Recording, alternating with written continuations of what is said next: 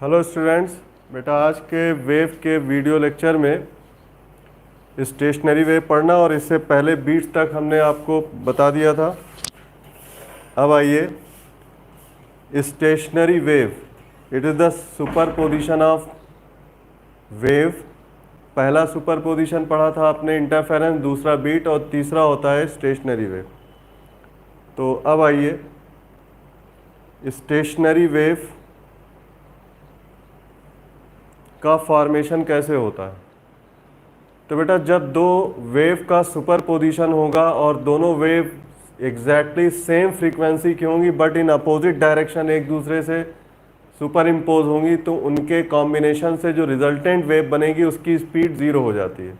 मतलब एक रुकी हुई वेव बनती है, इसी को स्टेशनरी वेव कहते हैं। और जब सुपरपोजिशन दो प्रोग्रेसिव वेव का अपोजिट डायरेक्शन में होता है तो इनके कॉम्बिनेशन से जो रिजल्टेंट वेव बनती है उसमें इंटेंसिटी या कह लें एनर्जी अलग अलग पोजीशन पे अलग अलग पाई जाती है। कहीं पर मैक्सिमा बनता है, कहीं मिनिमा। तो इससे पहले आप इंटरफेरेंस में भी मैक्सिमा मिनिमा पढ़े हो और बीट्स में भी मैक्सिमा मिनिमा बनता है। इंटरफेरेंस का मैक्सिमा मिनिमा अलग अलग पोजीशन पर फिक्स वैल्यू बनती है, जबकि बीट्स में मैक्सिमा मिनिमा का जो फॉर्मेशन होता है वो टाइम के साथ एक ही पोजीशन पे बदलता रहता है, तेज़ धीमी आवाज़ एक ही जगह सुनाई देती है। इसी तरह से स्टेशनरी वेव में जो मैक्सिमा मिनिमा बनता है वो भी पोजीशन डिपेंडेंट होता है। एक पोजीशन पे मीडियम में मैक्सिमा अगर बनेगा तो उसे कहेंगे एंटी नोड, जहाँ पर मिनिमा बनेगा उसे बेटा नोड कहेंगे। इसका मतलब नोड एंटी नोड फॉर्मेशन होता है। यहाँ पर देखिए एक एग्जाम्पल दिया गया है। स्टेशनरी वेव में दो सेम फ्रीक्वेंसी की वेव सेम मीडियम में अपोजिट डायरेक्शन में सुपर इम्पोज हो तो उनके कॉम्बिनेशन से जो वेव बनती है वो रेस्टिंग कंडीशन में दिखती, मतलब उसकी स्पीड ज़ीरो हो जाती है और तब उसे स्टेशनरी वेव कहते हैं। यहाँ पर एक डायग्राम बना हुआ है, आप देख सकते हो। एक रस्सी को लेकर के ये वाला हाथ बेटा रुका हुआ है, दूसरा वाला हाथ इसको ऐसे ऐसे वाइब्रेट कर रहे हैं। तो आप देख सकते हो ये फॉर्मेशन हो रहा है। तो इसमें बीच वाले हिस्से बेटा सबसे ज़्यादा तेज़ वाइब्रेशन हो रहा है, किनारे रुके हुए हैं इसके यहाँ पर। तो आप इसे कहेंगे स्टेशनरी वेव का फॉर्मेशन। ये एक तरह का ऑसिलेशन होता है। एक्चुअली ये वेव नहीं है, क्योंकि स्टेशनरी वेव जब आप कह रहे हो तो इसकी स्पीड ज़ीरो हो गई, और अगर वेव में स्पीड ज़ीरो हो गई तो फिर इसका मतलब वो वाइब्रेशन हो गया। सारे पार्टिकल वेव रस्सी के ऊपर नीचे वाइब्रेट करते हैं। एंटी नोड वो पोजीशन होती है जहाँ मैक्सिमम वाइब्रेशन होता है, नोड वो पोजीशन होती है जहाँ पर वाइब्रेशन या का एम्पलीट्यूड ज़ीरो होता है या मिनिमम होता है। तो अब यहाँ एनर्जी मैक्सिमम होगी, यहाँ एनर्जी मिनिमम होगी, इस तरह से आप कह सकते हैं। एक और तरीका यहाँ देखिए, हो सकता है कि इसमें बेटा दो इस तरह से लूप बने, तो यहाँ दो एंटी नोड और नोड बन रहे हैं। तो ये जो एक्सपेरिमेंट है जिसमें रस्सी के एक सिरा को एक सिरे को स्थिर रख करके दूसरे सिरे को बेटा ऊपर नीचे चलाया जाता है और फिर उसमें इस तरह के लूप फॉर्मेशन होते हैं, इसी को कहते हैं स्टेशनरी वेव। इसमें होता क्या है, एक वेव बेटा आगे जाती है, रिफ्लेक्ट होकर दूसरी वेव वापस लौटती है, दोनों आने और जाने वाली वेव का कॉम्बिनेशन होता है, तब स्टेशनरी वेव बनती है। तो पता ये चला कि जब भी स्टेशनरी वेव बनानी होगी तो हमें दो वेव लेनी होगी। तो दो वेव सेम फ्रीक्वेंसी की लेने का एक तरीका आसान है कि हम पहले एक वेव मीडियम में भेजें और सामने कोई बाउंड्री या रिफ्लेक्टर हो, वहाँ से दूसरी वेव रिफ्लेक्ट होके आ जाए। तो जाने वाली वेव और आने वाली वेव सेम फ्रीक्वेंसी की होंगी, डायरेक्शन उल्टा हो जाएगा। हाँ, ये डिपेंड करता है बाउंड्री कैसी बेटा। अगर बाउंड्री रिजिड है तो रिफ्लेक्शन अपोजिट फेस में होगा, मतलब वापस आने वाली वेव अपोजिट फेस में होगी। और अगर बाउंड्री फ्री है तो रिफ्लेक्शन सेम फेस में होगा, आने वाली वेव सेम फेस में होगी। फेस कुछ भी हो, दोनों वेव सेम फ्रीक्वेंसी की होनी चाहिए और उनका डायरेक्शन उल्टा होगा, तो उनके कॉम्बिनेशन से रिजल्टेंट वेव बनेगी। तो अब आगे समझना है कि रिजल्टेंट वेव की इक्वेशन कैसे बनती। चलिए आगे हम लोग अपने बोर्ड पे चलते हैं। इक्वेशन ऑफ स्टेशनरी वेव की बात करें तो यहाँ बेटा equation of stationary wave, stationary wave की इक्वेशन बनाने के लिए आपको पहले एक इंसिडेंट वेव लेनी होगी y1। मान लेते हैं इसका एम्पलीट्यूड a है साइन ओमेगा टी माइनस के एक्स। तो ये बेटा आगे जाने वाली वेव है, एक्स एक्सिस के पॉजिटिव डायरेक्शन में चल रही, सबको पता है ये। एक्स एक्सिस के पॉजिटिव डायरेक्शन में चलने वाली वेव की equation y1 is equal to A sine omega T minus के एक्स। इसमें ओमेगा टी और के एक्स बेटा दोनों स्टेप्स कैसे हैं, अपोजिट साइन वाले। जब दोनों स्टेप्स के ओमेगा टी और के एक्स के साइन अलग अलग होते हैं, एक पॉजिटिव दूसरा निगेटिव, तो इसमें जो वेव वेलोसिटी आती है वो पॉजिटिव एक्स एक्सिस पे होती है। ठीक है, ये पहले आप समझ चुके हैं। अब आइए यहाँ दो कंडीशन बनती है। ये वेव जब आगे जा रही है तो आगे की बाउंड्री जो बेटा, अगर हम यहाँ पे एक बाउंड्री बना दें और ये बाउंड्री मान लेते हैं फ्री, तो फ्री बाउंड्री से जब रिफ्लेक्शन होगा तो फ्री बाउंड्री से रिफ्लेक्शन सेम फेस में होगा। कैसे? ये वेव जब बेटा आगे जाएगी, यहाँ पे मान लो ऐसे आके टकराई और तब यहाँ से रिफ्लेक्शन सेम फेस में होगा, तो जो रिफ्लेक्टेड वेव है वो बिल्कुल इसी तरह से वापस आएगी। यहाँ आप देख सकते हो डायग्राम में रिफ्लेक्टेड वेव को हम वापस बना रहे हैं। ये फिर उसी तरह से फिर वापस आएगी और फिर ऐसे आपको दिखाई देगी। तो ये वापस आने वाली वेव है। तो अब यहाँ पे दो कंडीशन है। पहली कंडीशन ये है कि अगर बाउंड्री फ्री है तो नंबर वन, फ्री बाउंड्री में अगर हमें फ्री बाउंड्री से रिफ्लेक्शन कराया गया, यानी स्टेशनरी वेव का फॉर्मेशन फ्री बाउंड्री से हो रहा, तो ये वेव इसी पर वापस आएगी, सेम फेस में आएगी, इनका कॉम्बिनेशन से स्टेशनरी वेव बनेगी। तो आगे आप देख सकते हो कि यही इक्वेशन को हमें सेम फेस में वापस लाना, इसे y2 कहेंगे, बट इसका डायरेक्शन उल्टा हो जाएगा बेटा। तो एम्पलीट्यूड सेम इसलिए लेते हैं क्योंकि हम मानते हैं आइडियल कंडीशन में रिफ्लेक्शन हुआ तो रिफ्लेक्टेड वेव का एम्पलीट्यूड वही लेना है। अब आइए साइन, अपोजिट डायरेक्शन में आने वाली वेव को ओमेगा टी प्लस के एक्स लिखेंगे और इस तरह से ये इंसिडेंट वेव हो गई, यहाँ लिख सकते हैं इंसिडेंट वेव, और ये उसकी रिफ्लेक्टेड वेव हो गई। इंसिडेंट वेव की इक्वेशन है और ये रिफ्लेक्टेड वेव की इक्वेशन है फ्री बाउंड्री से। रिफ्लेक्टेड वेव तो रिफ्लेक्टेड वेव सेम फेस में आ रही है। अब इन दोनों वेव का कॉम्बिनेशन होगा तब इससे स्टेशनरी वेव बनेगा। तो according to principle of superposition y बराबर y1 प्लस y2, ये अलजेब्रिक सम लेंगे क्योंकि ये दोनों y सेम डायरेक्शन में, वाइब्रेशन एक जैसा होगा, आगे पीछे या ऊपर नीचे जैसा कहें। अब अगर हम इन दोनों इक्वेशन को जोड़ दें तो ये कॉमन आएगा, अंडर ब्रैकेट बेटा साइन ओमेगा टी माइनस के एक्स प्लस यहाँ आ जाएगा साइन ओमेगा टी प्लस के एक्स। तो आपने देखा सेम फेस में आने वाली इक्वेशन थी रिफ्लेक्टेड वेव की, तो इसमें सिर्फ डायरेक्शन उल्टा किया हमने, यहाँ प्लस कर देंगे तो ये अपोजिट डायरेक्शन की वेव हो जाएगी और फेस में कोई चेंज नहीं करना है, जो ये एंगल है उसी तरह में, इसमें कोई वैल्यू जोड़ना घटाना नहीं। तो ये रिफ्लेक्टेड वेव की वैल्यू आ गई। तो अब आइए इसको थोड़ा सा सॉल्व करना बेटा। यहाँ पे बहुत फेमस फॉर्मूला ट्रिग्नोमेट्री का लगेगा, ये साइन सी और ये साइन डी। तो sine C plus sine D का फॉर्मूला यहाँ अप्लाई होगा, sine C plus sine D. सबने देखा होगा sine C plus sine D होता है 2 sine C plus D by 2 upon into cos C minus D upon 2। इस फॉर्मूले को यहाँ अप्लाई करके इसे थोड़ा सा सॉल्व कर लेते हैं, वेव की इक्वेशन बन जाती है। तो बहुत आसान है ये। तो ये एक कैलकुलेशन की बात है कि वेव की इक्वेशन क्या बनेगी स्टेशनरी। रिजल्टेंट वेव की इक्वेशन y बराबर, ध्यान दिए यहाँ a, अब इसे c मान लें और इसे d मान लें, तो यहाँ पर बेटा आ जाएगा 2 साइन c प्लस डी। अब इन दोनों को आप जोड़ेंगे तो ओमेगा टी जुड़ जाएगा, के एक्स कैंसिल, तो 2 ओमेगा टी आ जाएगा अपॉन 2। उसके बाद मल्टीप्लाई में आ जाएगा कॉस। अब इसमें से ये घटाएंगे c माइनस डी, तो ओमेगा टी कैंसिल हो जाएगा और के एक्स तो माइनस 2 के एक्स अपॉन 2 वैल्यू आ जाएगी।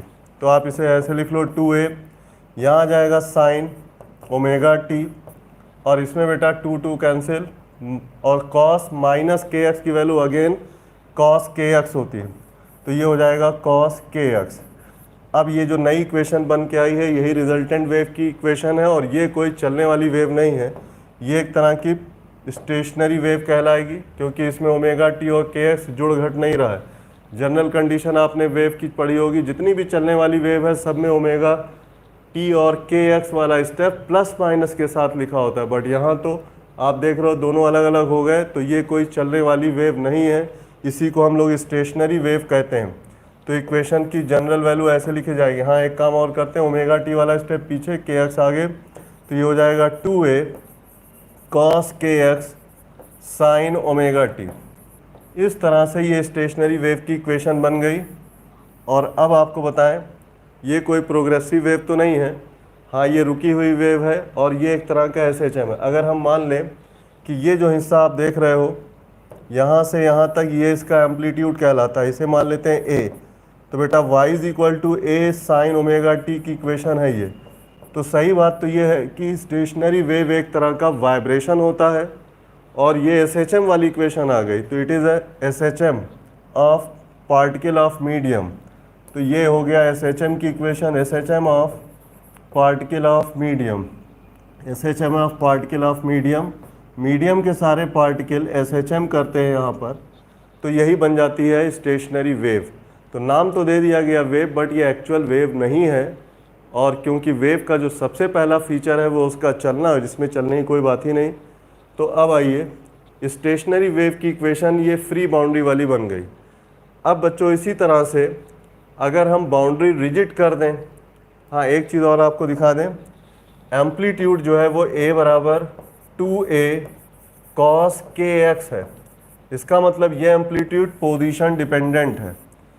इसमें अलग अलग पोजीशन पर, जैसे 0 पोजीशन पे लेंगे तो cos 0 1 हो जाएगा, तो क्या होगा 2a cos के एक्स में यहाँ पर ये मैक्सिमम वैल्यू आएगी तो एम्पलीट्यूड मैक्सिमम हो जाएगा, सबसे ज़्यादा वाइब्रेशन होगा बाउंड्री पर ही।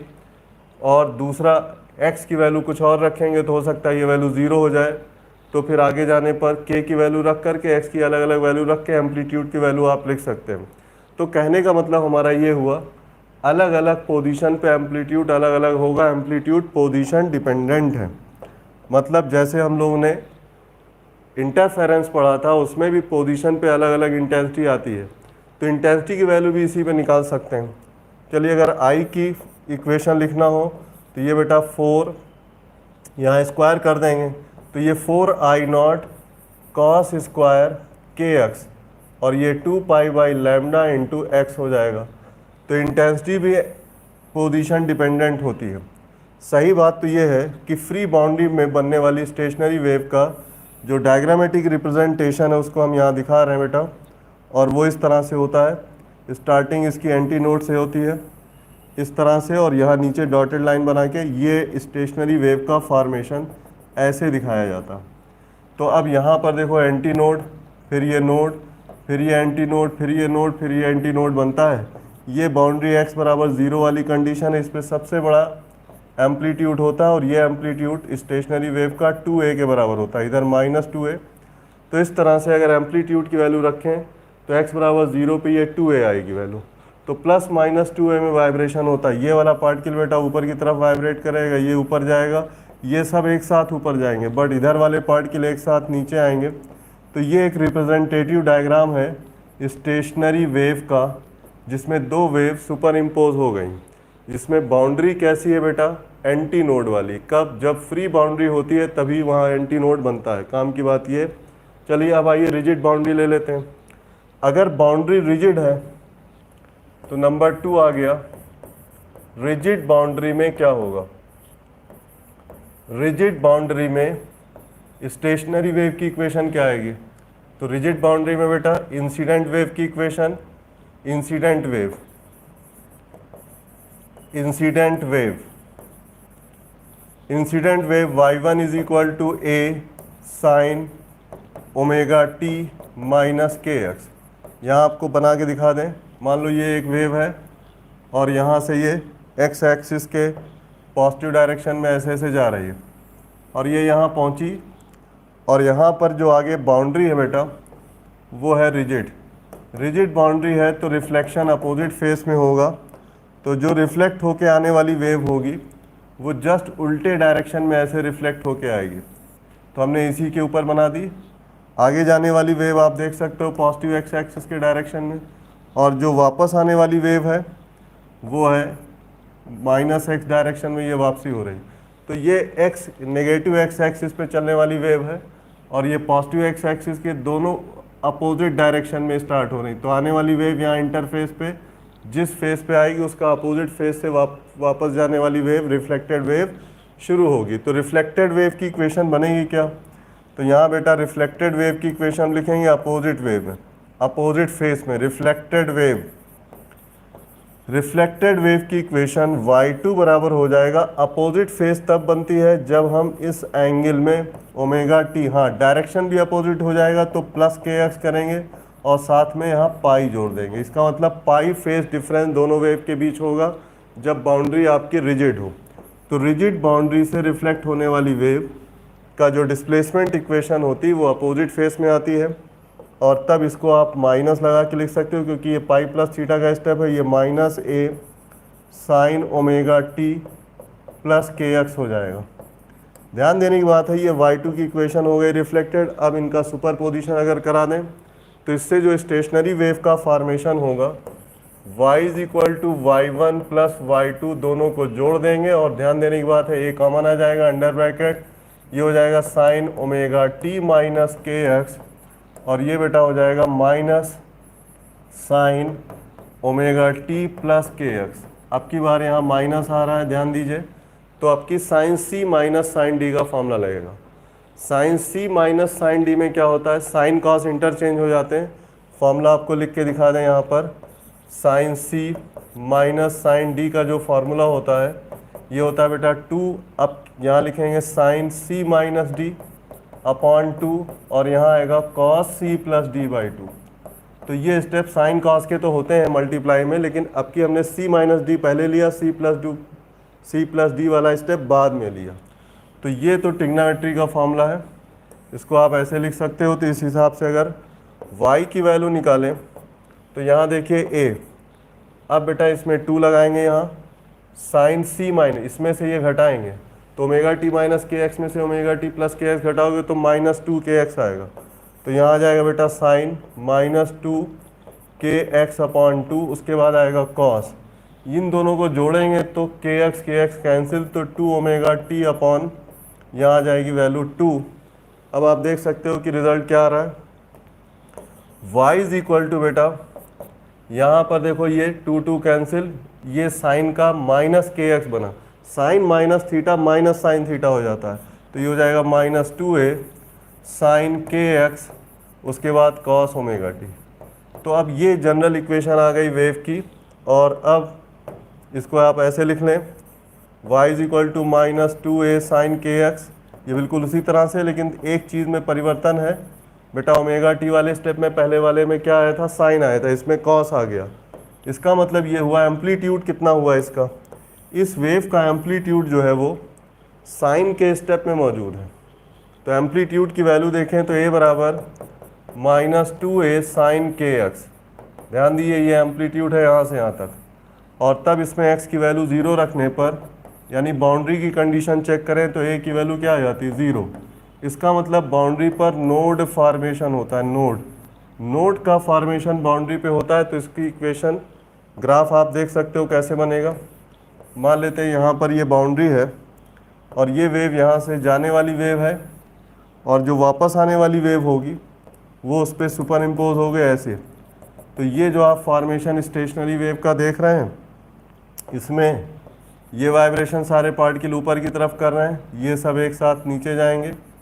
तो ये एक स्टेशनरी वेव का रिप्रेजेंटेटिव डायग्राम है बेटा। इसमें x बराबर 0 पर नोड फॉर्मेशन होता है, उसके आगे फिर एंटी नोड, फिर यहाँ नोड, फिर एंटी नोड, फिर नोड, ऐसे नोड एंटी नोड बनते हैं। जहाँ मैक्सिमम वाइब्रेशन होता है उसे एंटी नोड कहते हैं, और जहाँ वाइब्रेशन 0 होता है या ये पॉइंट रुका रहेगा इसे कहते हैं नोड। तो ये नोड एंटी नोड का फॉर्मेशन होता है। ये बाउंड्री कैसी, ये रिजिड है। तो रिजिड बाउंड्री की यही पहचान है कि उस पर हमेशा नोड बनेगा, और फ्री बाउंड्री में एंटी नोड बनेगा। तो दोनों कंडीशन में बाउंड्री अलग अलग होने पे स्टेशनरी वेव की इक्वेशन अलग अलग हो जाएगी। तो इतना तो आप समझ गए होंगे। चलिए आगे आपको बताते हैं कि स्टेशनरी वेव की इक्वेशन के कैरेक्टर या उसकी पहचान क्या है, कैसे पहचानेंगे स्टेशनरी वेव की।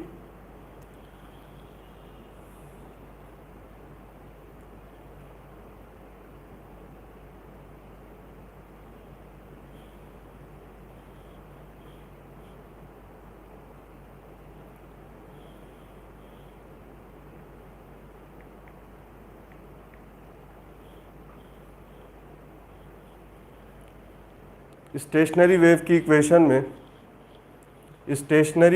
इक्वेशन में बेटा 4 अलग अलग कंडीशन होती है, वो हम आपको लिख के दिखा रहे हैं। अभी तो आपने फ्री बाउंड्री पर दो, फ्री एंड रिजिड बाउंड्री पे साइन वाली इक्वेशन के 2 रूप देख लिए। स्टेशनरी वेव की इक्वेशन में 4 कंडीशन होती है, और वो 4 कंडीशन क्या है तो आगे देख सकते हो।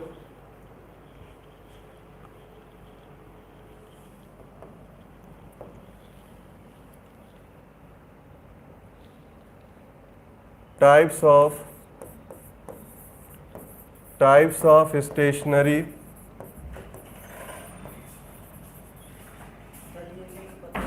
Waves, types of stationary wave. सही आ रहा? ठीक ठीक ठीक। टाइप्स ऑफ स्टेशनरी वेव, अलग अलग स्टेशनरी वेव का प्रकार अलग अलग कंडीशन में बनता है। तो अब हम आपको पहले यहाँ बना दें बेटा, अगर फ्री बाउंड्री है, बाउंड्री फ्री है और यहाँ पर कोई wave, incident wave y1 is equal to A sine omega T minus के एक्स आ रही है, तो ये बेटा रिफ्लेक्ट होके वापस जब जाएगी तो y2 रिफ्लेक्टेड वेव ए साइन ओमेगा टी प्लस के एक्स बनेगी, क्योंकि रिफ्लेक्शंस क्या होगा, सेम फेस में होगा, सिर्फ डायरेक्शन उल्टा हो जाएगा। तो इस आधार पर जो स्टेशनरी वेव का फॉर्मेशन होगा, इन्हीं दोनों को जोड़ेंगे तो sine C plus sine D का फॉर्मूला लगेगा। और यहाँ जो स्टेशनरी वेव बनेगी वो y इज इक्वल टू, यहाँ आ जाएगा 2 sine C plus sine D में, यहाँ आता है बेटा कॉस के एक्स और साइन ओमेगा टी।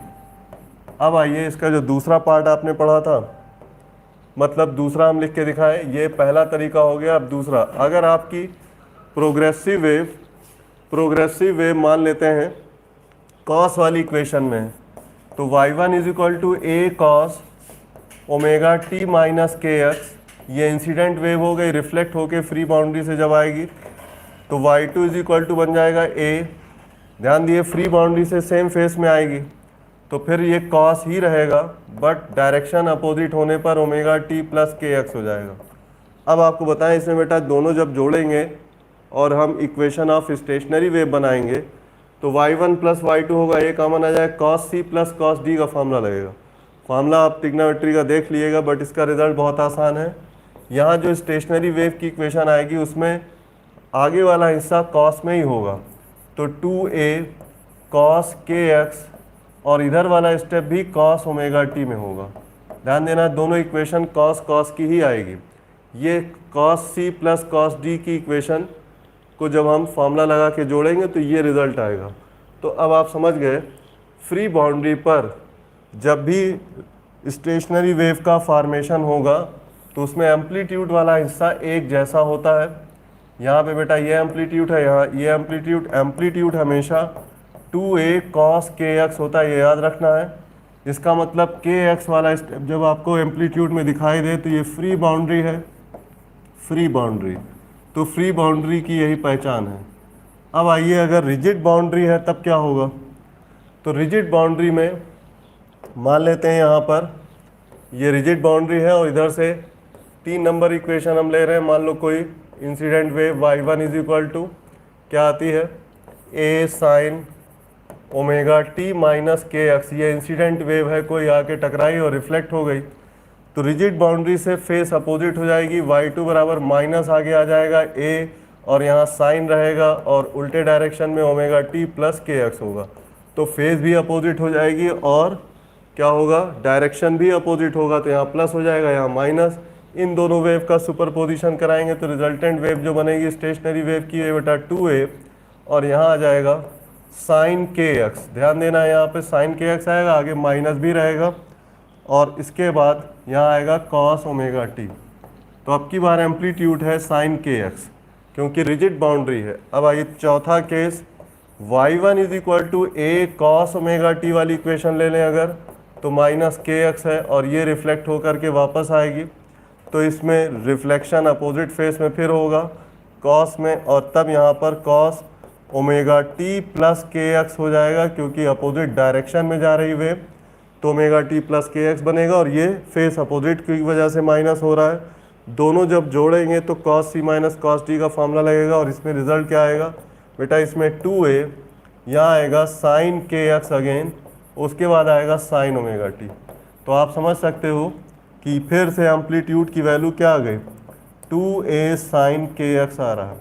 कहने का मतलब जब एम्पलीट्यूड साइन के एक्स वाले स्टेप में दिया हो तो बाउंड्री कंडीशन चेक करेंगे x बराबर 0 पर, यहाँ पर सब 0 हो जाएगा, और एम्पलीट्यूड ऑफ रिजल्टेंट वेव जो बनेगा वो क्या बनेगा, एंड वो बन जाएगा 0, और तब इसी को कहेंगे नोड फॉर्मेशन।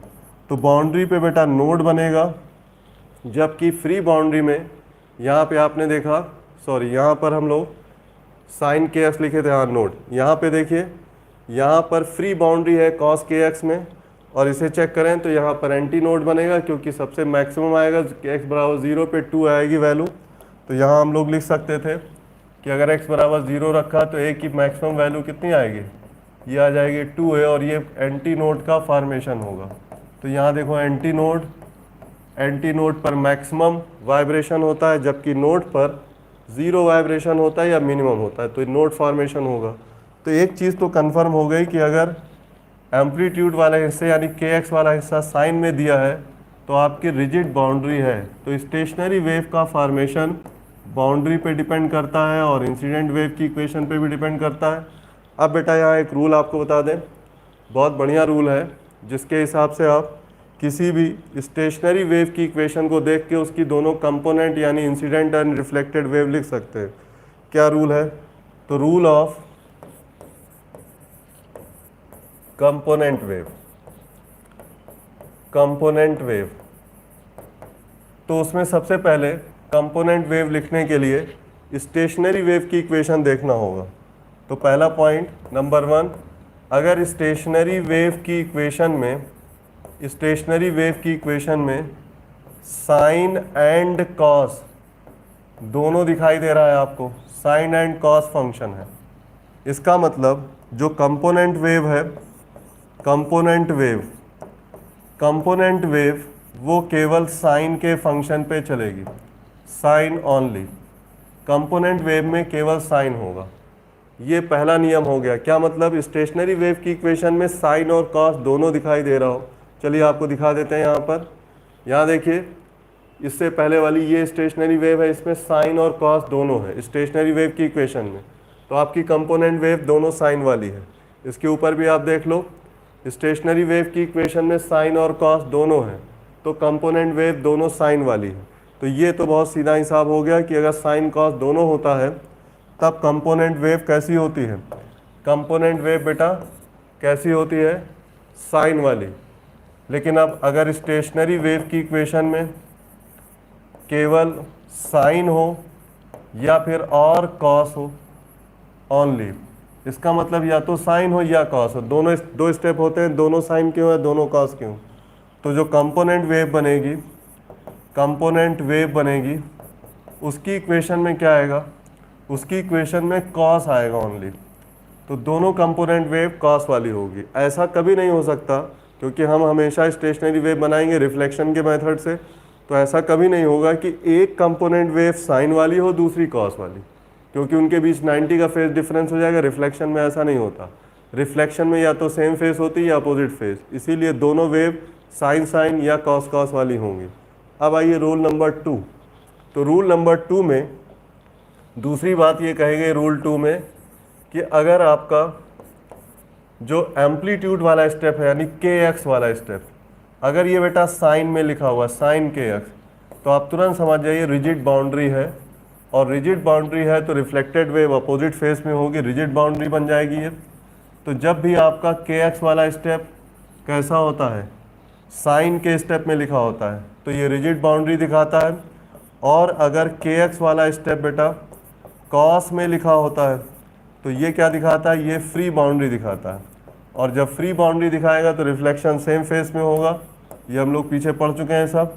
तो ये हो गया फ्री बाउंड्री। तो अब ये दो नियम है, इस आधार पे कई सारे क्वेश्चन ऐसे वाले आप कर सकते हो जिसपे स्टेशनरी वेव की इक्वेशन दे दी जाती है और पूछा जाता है कंपोनेंट वेव बताओ, रिफ्लेक्टेड वेव बताओ, या उसके और दूसरे कैरेक्टर बताओ। चलिए अब आइए हम लोग क्वेश्चन पे चलते हैं। ये बेटा आपका पीडीएफ है, ये पीडीएफ आपके ग्रुप में सब जगह सेंड हो गया था पहले, बट वीडियो अब थोड़ा लेट बन रहा है। तो आइए अब क्वेश्चन यहाँ से स्टार्ट करते हैं। पीछे जो हम लोग बीट्स में सवाल लगाए थे उसके बाद का सीक्वेंस क्वेश्चन नंबर 30 यहाँ से स्टार्ट हो रहा है। चलिए आइए क्वेश्चन करके देखते हैं क्या है इसमें। क्वेश्चन में कह रहा है कि equation of stationary wave y is equal to 10 sin 5t sin 20 pi x, यहाँ ये दिया is bounded medium which one of the reflected component progressive wave. तो अब आइए रिफ्लेक्टेड वेव, सबसे पहला काम स्टेशनरी वेव की जो इक्वेशन दी गई है उसको आप ध्यान से देखिए। इसमें जो x वाला स्टेप है वो साइन पे लिखा हुआ है, इसका मतलब यहाँ साइन kx के हिसाब से दिया गया। साइन kx का मतलब रिजिड बाउंड्री हो गई। रिजिड बाउंड्री से पता चला कि रिफ्लेक्टेड वेव कैसी होगी, रिफ्लेक्टेड वेव अपोजिट फेस में आएगी, यानी रिफ्लेक्टेड वेव हमेशा अपोजिट फेस में रहेगी, अपोजिट, ठीक है, अपोजिट फेस में रहेगी। तो आप कह सकते हो आगे माइनस लगेगा, तो अपोजिट फेस हमने यहाँ लिख दिया पूरा। अब आइए दोनों स्टेप में साइन और साइन है, इसका मतलब यहाँ पर साइन साइन फंक्शन है, साइन एंड साइन। अगर साइन साइन वाला फंक्शन हो तो जो कंपोनेंट वेव है वो कॉस वाली होती, कॉस, कंपोनेंट वेव कॉस पे बनेगी। अगर दोनों साइन साइन है या दोनों कॉस कॉस तो कंपोनेंट वेव कॉस से बनेगी। चलिए अब हम आपको यहाँ पे लिख के दिखाते हैं कि कंपोनेंट वेव में y1 की इक्वेशन क्या होगी। अब आइए ये जो आप देखते हो बेटा ये 2a होता है, तो यहाँ से 2a निकाल लो, ये ओमेगा टी हो गया आपका, और यहाँ से ये 20x में kx हो गया। बस यही तीन चीज़ें आप देख सकते हो इसमें। तो ये 2a है तो a की वैल्यू 5 हो जाएगी, तो यहाँ बेटा लिखा जाएगा 5। कॉस वाली इक्वेशन आपको बनाना है, omega T minus kx incident wave, तो ये हो गया आपका ओमेगा टी की जगह सॉरी वैल्यू रख दें। ओमेगा टी की जगह पर जब आप वैल्यू रखोगे तो ये वैल्यू आ जाएगी बेटा इसमें कितना 5t माइनस kx में आ जाएगा 20x। ये इंसिडेंट वेव हो गई। y2 रिफ्लेक्टेड वेव, क्योंकि रिजिड बाउंड्री है तो माइनस लगेगा, 5 आ जाएगा, कॉस रहेगा, ओमेगा टी हो जाए, ओमेगा टी में फिर से वैल्यू रख दें भाई, तो ये हो जाएगा आपका यहाँ पर 5t प्लस 20x। तो ध्यान देने की बात ये है कि आपका आंसर कौन सा है, आंसर बेटा ये वाला है, क्योंकि रिफ्लेक्टेड वेव पूछी गई थी।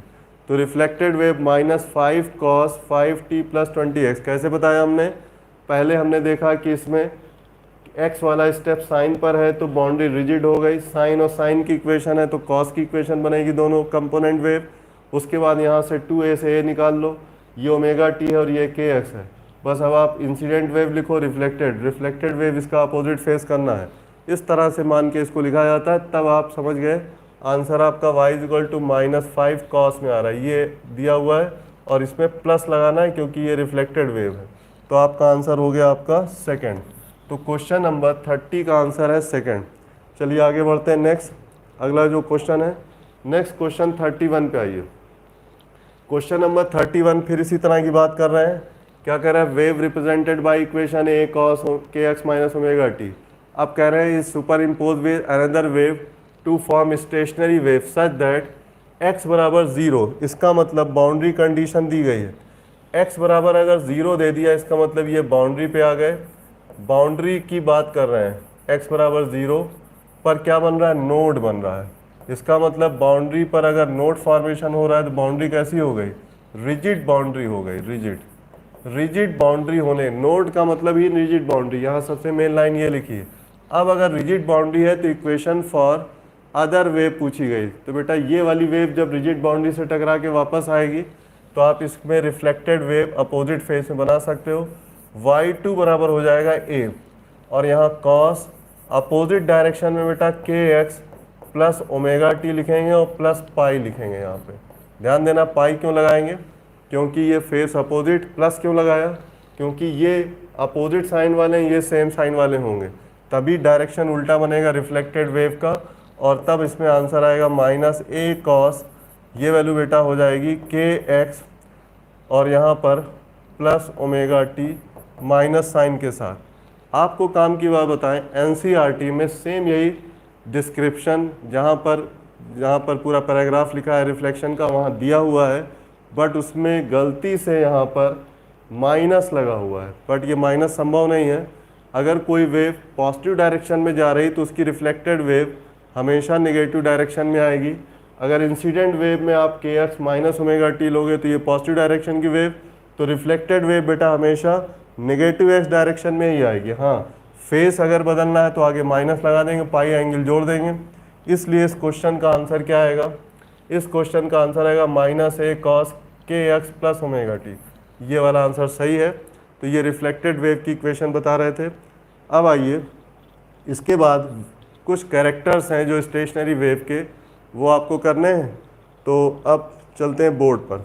कैरेक्टरिस्टिक्स ऑफ स्टेशनरी वेव में कोई ख़ास बात नहीं है, बहुत सिंपल सी बातें बताई गई। वेव के जो कैरेक्टर हैं, characteristics of stationary wave. Stationary wave में कुछ बड़े खास कैरेक्टर होते हैं, उनके बारे में हम आपको बता दें। स्टेशनरी वेव, तो अगर हम कोई भी स्टेशनरी वेव बनाए, रिजिड या फ्री बाउंड्री वाली, इसको हम बना के दिखा रहे हैं। मान लें बेटा ये फ्री बाउंड्री है और इधर हमने रिजिड बाउंड्री, दोनों एक साथ भी ले सकते हैं, ये सिर्फ रिप्रेजेंटेशन के लिए है। और यहाँ पर फ्री बाउंड्री पर बेटा ऐसे बनेगा, और यहाँ रिजिड बाउंड्री पे क्या होगा, ये इस तरह से बनेगा, ये ऐसे। तो आप देख सकते हो यहाँ एंटी नोड है, ये फिर ये एंटी नोड, फिर ये एंटी नोड, फिर ये एंटी नोड, और यहाँ नोड हो गया, यहाँ नोड, यहाँ नोड, और यहाँ नोड, और यहाँ एंटी नोड। तो नोड एंटी नोड फॉर्मेशन हो रहा है। ये वाली बाउंड्री फ्री क्योंकि यहाँ एंटी नोड बन रहा है, ये वाली बाउंड्री कैसी है, रिजिड, क्योंकि यहाँ नोड बन रहा है। दूसरी बात ये कि जब हम स्टेशनरी वेव को देखते हैं तो उसका ये रिप्रेजेंटेटिव डायग्राम है, एक्चुअली ये इसका फोटोग्राफ है। किसी समय पर अगर ये पार्टिकल यहाँ वाइब्रेट कर रहा है तो उसके बगल वाला पार्टिकल एक साथ ऊपर जाएंगे, सब ये सब बेटा एक साथ ऊपर जाते हैं, और यहाँ वाले पार्टिकल सब एक साथ नीचे आते हैं। इसी तरह यहाँ फिर ऊपर जा रहे होंगे जिस समय, उसी समय यहाँ वाले सारे पार्टिकल सब एक साथ नीचे आ रहे होंगे, ऐसा कह सकते हैं। लेकिन जब ये वापस करेंगे, नीचे आएंगे, तो ये वाले ऊपर चले जाएंगे। तो इसका जो नीला वाला हिस्सा आप देख रहे हो, ये आधे टाइम पीरियड बाद सब व्यवस्था बदल जाएगी, ये नीचे, फिर ये ऊपर, फिर ये नीचे, फिर ये ऊपर, ऐसे हो जाएगा। तो इसका वाइब्रेशन ऐसे ऐसे हो रहा है, ऐसे ऐसे हो रहा है। एक्चुअली ये ट्रांसवर्स मैनर है स्टेशनरी वेव का, और इसमें ऊपर जाने की घटना है, तो ये नीचे की तरफ, फिर ये ऊपर, फिर ये नीचे, इस तरह से यहाँ पर बनता है। अब आइए काम की बात करें। अगर हम देखें तो नोड एंटी नोड में वेवलेंथ को रिलेट करना होता है। आपको बताएं वेवलेंथ क्या होती है। आप ध्यान से देखो, पूरी यहाँ से यहाँ तक बेटा एक वेव बन रही है, ये लंबाई एक वेवलेंथ है लैम्डा के बराबर। तो आप देख सकते हैं यहाँ से यहाँ तक पूरा ये एक वेवलेंथ लैम्डा के बराबर है। और अगर इसका आधा करेंगे आप तो एंटी नोड से एंटी नोड के बीच की दूरी लैम्डा बाई 2 होगी, और इसी तरह से बीच में एक नोड आएगा तो फिर यहाँ से यहाँ तक ये लैम्डा बाई 4 होगा। तो आप कह सकते हैं एंटी नोड और नोड के बीच की दूरी, एंटी नोड और नोड के बीच की जो दूरी होती है वो लैम्डा बाई 4 होती है। इसी तरह नोड और एंटी नोड भी ले सकते हैं। नोड और एंटी नोड, अगल बगल वाले सक्सेसिव नोड एंटी नोड के बीच की दूरी लैम्डा बाई 4 होती है। इसी तरह एंटी नोड और एंटी नोड के बीच की दूरी अगर लें, एंटी नोड से एंटी नोड ले लें या फिर नोड से नोड ले लें, इसमें ये दूरी लैम्डा बाई 2 आएगी, ये सबको पता होती है। एंटी नोड से एंटी नोड पूरा लैम्डा बाई 2 होगा, और इसी तरह से नोड से नोड भी आप कह सकते हो लैम्डा बाई 2 होगा। आप एक चीज़ और देख सकते हो, स्टेशनरी वेव के फॉर्मेशन में ऐसे लूप जैसा बनता है। अगर दोनों तरफ नोड है तो ये लूप बनेगा, और ये लैम्डा बाई 2 की वैल्यू होती है एक लूप की लंबाई। तो हमेशा नोड से नोड या एंटी नोड से एंटी नोड लैम्डा बाई 2 ही होता है। अगर अल्टरनेट एंटी नोड की दूरी निकाली जाए यहाँ से लेके यहाँ तक, तो बेटा ये अल्टरनेट एक छोड़ करके एंटी नोड यहाँ तक, एंटी नोड फिर एक छोड़ के एंटी नोड यहाँ तक की पूरी लंबाई लैम्डा होगी। ऐसा ही अल्टरनेट नोड एक के बाद एक छोड़ के ले तो ये लंबाई लैम्डा होगी। कहने का मतलब एक गैप करके जब आप आगे जाएंगे तो अल्टरनेट एंटी नोड या अल्टरनेट नोड कहलाएगा, वो लंबाई लैम्डा होती है। तो पहली बात तो ये हो गई। दूसरा बहुत इंपॉर्टेंट पॉइंट यहाँ पर ये है कि हम यहाँ इसे हटा के दिखाएं आपको।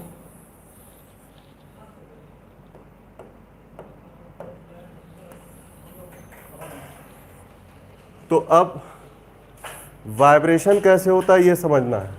वाइब्रेशन बेटा यहाँ पर सारे पार्टिकल जो नोड से नोड की कंडीशन आप देख लें, नोड से नोड के बीच के सारे पार्टिकल, एक नोड से जस्ट अगले वाले नोड के बीच सारे पार्टिकल एक साथ नीचे आते हैं। इसी तरह से इस नोड से इस नोड तक सारे पार्टिकल एक साथ ऊपर जाते हैं। तो जब ये एक साथ वाइब्रेट कर रहे हैं, एक साथ एंड पोजीशन पे होंगे, फिर उसके बाद नीचे आएंगे, एक साथ एंड पोजीशन आएगी, पहले बेटा मीन पोजीशन आएगी। यहाँ पे देख लो, एक साथ ये सारे मीन पोजीशन पे जब ऊपर उठ के पहुँचेंगे तो ये एक साथ एंड पोजीशन पे आएंगे, इसीलिए इनको कहा जाता है सेम फेस में। मतलब नोड से नोड के बीच के जितने भी पार्टिकल्स हैं वो सब के सब एक साथ वाइब्रेट करते हैं, और ये सब ऑल पार्टिकल्स सेम फेस में होते हैं। ये बहुत इंपॉर्टेंट है, पूछा जाता है all particles in same face, ये सब सेम फेस में होते हैं। ध्यान देने की बात ये है। अब आइए, अगर हम नोड के इधर और उधर वाले पार्टिकल ले लें, मतलब एक नोड के इधर पार्टिकल ले रहे हैं तो ये सब ऊपर की तरफ मान लो जा रहे हैं, और इस नोड के इधर वाले पार्टिकल ले रहे हैं तो ये सब बेटा नीचे जा रहे होंगे उसी समय में। तो नोड के इधर उधर वाले पार्टिकल अपोजिट टू नोड कहेंगे इनको, अपोजिट हैंड पे इधर वाले और इधर वाले, तो इनको कहते हैं opposite to node. Opposite to node वाले पार्टिकल जो होते हैं वो अपोजिट फेस में वाइब्रेट करते हैं, अपोजिट फेस, अपोजिट फेस। इसका मतलब पूरे स्टेशनरी वेव के फॉर्मेशन में दो ही फेस डिफरेंस मिलेगा, या तो ज़ीरो फेस डिफरेंस होगा, एक जैसे पार्टिकल होंगे, या फिर अपोजिट फेस डिफरेंस होगा, मतलब 180 का फेस आएगा। तो सारे पार्टिकल या तो अपोजिट फेस में होते हैं या सेम फेस वाले कौन से होते हैं, दो नोड के बीच के सारे पार्टिकल सेम फेस में होंगे। एक गैप करके आप यहाँ पर भी ले सकते हो, दो नोड के बीच सारे पार्टिकल सेम फेस में वाइब्रेट करेंगे, और ये वाले भी कंपेयर कर सकते हो तो ये भी सेम फेस में होंगे। बट इनके बीच में नोड के इधर और उधर अपोजिट हैंड पर जो पार्टिकल होते हैं वो हमेशा अपोजिट फेस में होते हैं। तो ये कहानी हो गई बेटा नोड और एंटी नोड की, और उनके पार्टिकल के वाइब्रेशन के तरीके पर। तो फेस डिफरेंस हमेशा स्टेशनरी वेव में जो आता है बेटा वो दो ही तरह का होता है, या तो सेम फेस या अपोजिट फेस। अब आइए एक बहुत इंपॉर्टेंट पॉइंट, जहाँ पर एंटी नोड होता है वहाँ पर बेटा इंटेंसिटी मैक्सिमम होती है, क्योंकि वाइब्रेशन सबसे बड़ा होता है। तो एंटी नोड पर वाइब्रेशन यानी एम्पलीट्यूड की मैक्सिमम वैल्यू होती है, और ये 2a, और तब इंटेंसिटी भी मैक्सिमम होती है, और ये होती है 4I0। अगर आइडेंटिकल वेव ले रहे हैं तब ऐसा होगा। तो मैक्सिमम एंटी नोड बनेगा। नोड पर क्या बनेगा, नोड पर एम्पलीट्यूड की मिनिमम वैल्यू 0 आती है, तो इंटेंसिटी की भी मिनिमम वैल्यू क्या होती है, 0 हो जाती है। तो इस तरह से मैक्सिमा मिनिमा का फॉर्मेशन होता है नोड और एंटी नोड पर। तो आप देख सकते हो मैक्सिमा फिर मिनिमा। अगर हम आपसे कहें कि यहाँ पर मैक्सिमम इंटेंसिटी है आई मैक्स, तो यहाँ पर भी मैक्सिमम इंटेंसिटी आई मैक्स। इन दोनों मैक्सिमा के बीच की दूरी क्या है, तो आप देख सकते हो इस पॉइंट से एंटी नोड से एंटी नोड मतलब λ/2 है। इसी तरह से मिनिमा यहाँ पे बनेगा आई मिनिमम, तो मैक्सिमा मिनिमा के बीच की दूरी λ/4 हो जाएगी। तो स्टेशनरी वेव के फॉर्मेशन में भी मैक्सिमा और मिनिमा का फॉर्मेशन होता है, उसी का हम लोग नाम बदलकर नोड एंटी नोड कहते हैं। और अब आइए आगे एक छोटा सा पॉइंट और बता दें कि स्टेशनरी वेव में क्या होता है, वाइब्रेशन जो होता है वो अलग अलग पोजीशन के पार्टिकल का अलग अलग तरीके से होता है। कहीं पे एंटी नोड बनता है, कहीं नोड बनता है। तो इसमें जो एनर्जी होती है वो ट्रांसमिट नहीं होती, मतलब एनर्जी कहीं ट्रांसमिट नहीं होगी। वेलोसिटी ऑफ स्टेशनरी वेव 0 हो जाएगा। यहाँ पर स्टेशनरी वेव की कोई वेलोसिटी नहीं होती, रुकी हुई वेव है। एनर्जी ट्रांसमिट नहीं होगी, energy does not transmit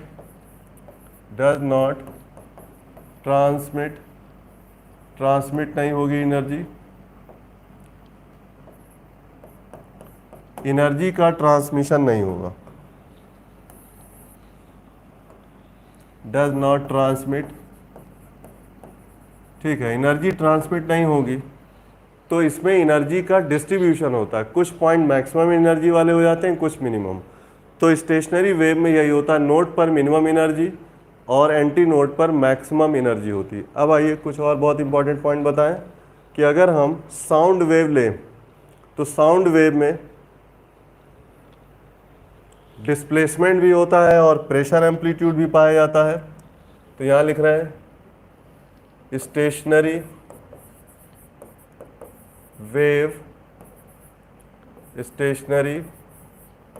wave in sound wave या इन साउंड, कैसे स्टेशनरी वेव का फॉर्मेशन होगा, तो यहाँ बना के दिखा दें। मान लेते हैं ये कोई वेव है ऐसे, और ये साउंड वेव का ग्राफ जैसे आप कहिए, और ये उसका दूसरा वाला पार्ट हो गया, ये स्टेशनरी वेव बन गई।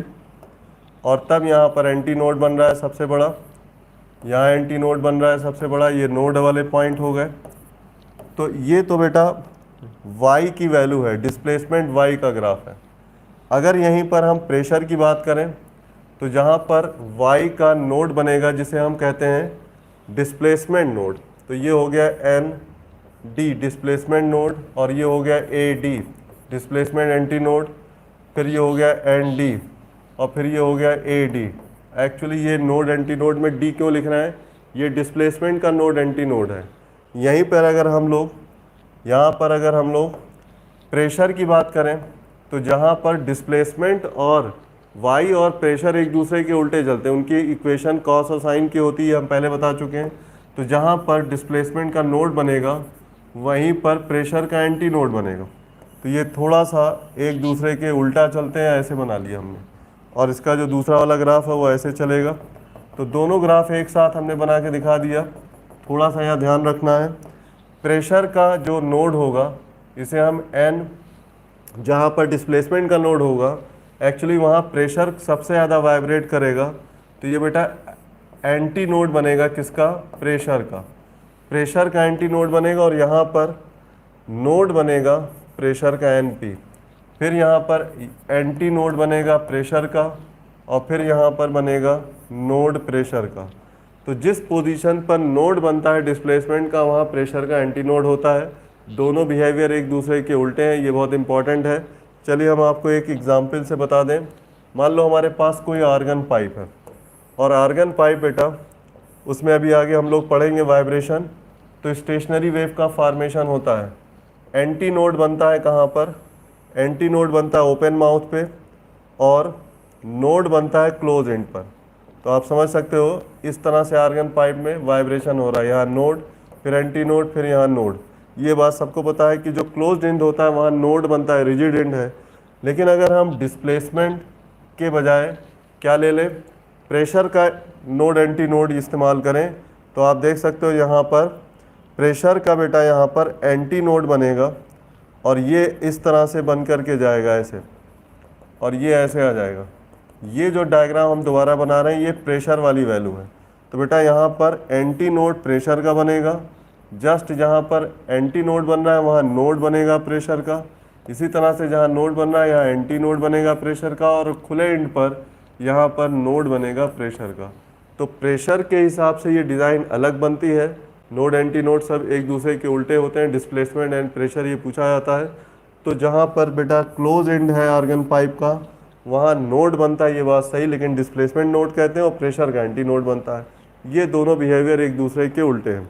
तो ये बेटा क्वेश्चन में पूछे गए। अब आइए आगे क्वेश्चन की बात करें। हाँ, मैक्सिमा मिनिमा की जो वैल्यूज़ हैं उनका रेशियो वगैरह पूछा जा सकता है, लेकिन तब जब बेटा जो स्टेशनरी वेव का फॉर्मेशन करने वाली कंपोनेंट वेव है जिसे हम कंपोनेंट वेव कहते हैं, तो कंपोनेंट वेव में अगर अलग अलग एम्पलीट्यूड ले लिया A1 sign omega T minus के एक्स, और जो दूसरी वेव आ रही है उधर से अपोजिट डायरेक्शन में ये y1 ये y2, इसमें एम्पलीट्यूड A2 है, मान लो सेम फेस में आ रही तो ओमेगा टी प्लस के एक्स हो जाएगा ये बेटा, और तब A1 और A2 ये एम्पलीट्यूड हमने लिया। अब की बार हमने जो दोनों वेव ली है उसमें एम्पलीट्यूड सेम नहीं है, तो मैक्सिमा कैसे बनेगा, मैक्सिमम एम्पलीट्यूड बन जाएगा बेटा A1 प्लस A2 से, यहाँ पर 2A नहीं आएगा, A1 प्लस A2, और मिनिमम एम्पलीट्यूड जो बनेगा वो बन जाएगा A1 डिफरेंस A2 से।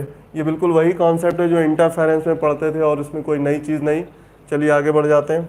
तो अब अगर हम मैक्सिमम इंटेंसिटी निकालें तो आई मैक्स की वैल्यू वही होगी I1 plus I2 plus 2 under root I1 I2 cos, maxima की वैल्यू है तो कॉस लिखने की ज़रूरत नहीं बेटा, तो ये वैल्यू ऐसे हो जाएगी। अब आइए मिनिमा की वैल्यू जब लिखेंगे तब क्या होगा, तब यहाँ आएगा I1 plus I2 minus 2 under root I1 I2। ये हमने क्या लिख के दिखाया आपको, स्टेशनरी वेव में भी दोनों वेव के एम्पलीट्यूड अलग अलग ले सकते हैं, और तब उस हालत में मैक्सिमा मिनिमा ऐसे बनेंगे, मैक्सिमा मिनिमम का एम्पलीट्यूड की ये वैल्यू आएगी, और तब इसका रेशियो भी आप उसी तरह से निकाल सकते हैं जैसे इंटरफेरेंस में पढ़ा।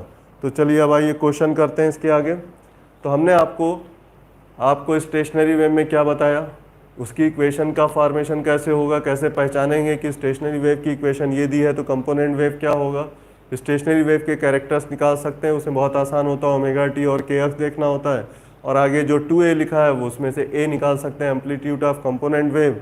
उसके बाद आपने पढ़ लिया कि स्टेशनरी वेव में जो फॉर्मेशन होता है उसमें कैरेक्टरिस्टिक्स क्या है, नोड एंटी नोड की पोजीशन क्या है, कितनी कितनी दूरी पे होते हैं, लैम्डा से उनको रिलेट कर सकते हैं। चलिए अब आगे बढ़ते हैं क्वेश्चन पर। तो क्वेश्चन बेटा पिछले जो हम लोग क्वेश्चन कर रहे थे उसके बाद वाला क्वेश्चन यहाँ से स्टार्ट हो रहा है। ये आ गया आपका क्वेश्चन नंबर 32। क्वेश्चन नंबर 32 में क्या कह रहा है, a stationary wave is represented by following equation y is equal to 2 sin 0.2 pi x cos 50 pi t। Determine distance between two nearest node, मतलब नोड से नोड के बीच की दूरी, सीधा मतलब λ/2 निकालना।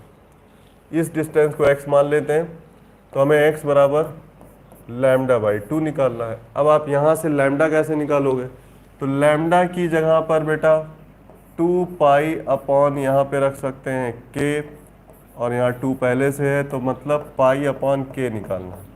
अब आप k की वैल्यू यहाँ से उठा सकते हो, ये पूरा होता है स्टेप kx वाला, ये होता है आपका स्टेप kx, और ये वाला स्टेप है ओमेगा t, और ये वाला स्टेप है बेटा 2a। तो हमें तो x निकालना है, नोड से नोड के बीच की दूरी λ/2, λ/2 हो जाएगा पाई बाई k, और k की वैल्यू यहाँ से उठा लेंगे, x छोड़ दीजिए तो यहाँ से यहाँ तक कितना आएगा, पाई अपॉन 0.2 पाई, पाई पाई कैंसिल हो गया, 1 अपॉन 0.2 आ गया, पॉइंट हटाया 0 बढ़ाया तो आंसर आ गया 5।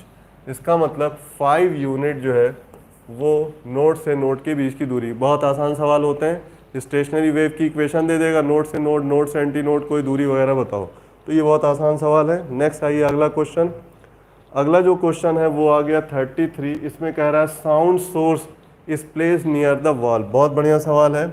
अगर ये ना बताया जाए कि ये किस चैप्टर का है तो जल्दी समझ में नहीं आता कहाँ का है। कि एक वॉल है यहाँ बेटा, और यहाँ पर एक साउंड सोर्स लगा हुआ है, और ये इस तरह से बना है स्ट्रक्चर। अब क्या होगा, ये साउंड सोर्स से साउंड यहाँ चलेगी, सामने रिफ्लेक्शन होगा, वापस आएगी।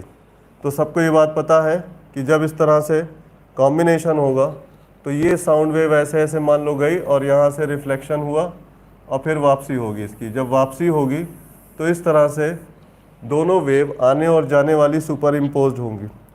तो यहाँ पे आप जाने वाली वेव और इधर से आने वाली वेव देख सकते हो।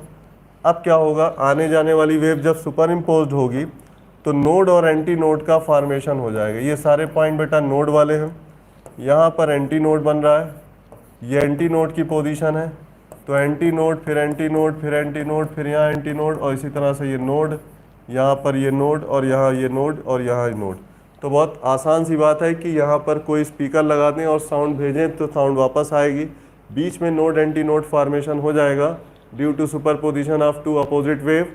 और तब आप इंटेंसिटी को चेक करो, तो इस क्वेश्चन में यही कहा गया। इसमें कहा गया है कि एक ऑब्जर्वर है, वो सोर्स से दीवार की तरफ चलता है और वो ऑब्जर्व करता है periodic rise and fall in intensity.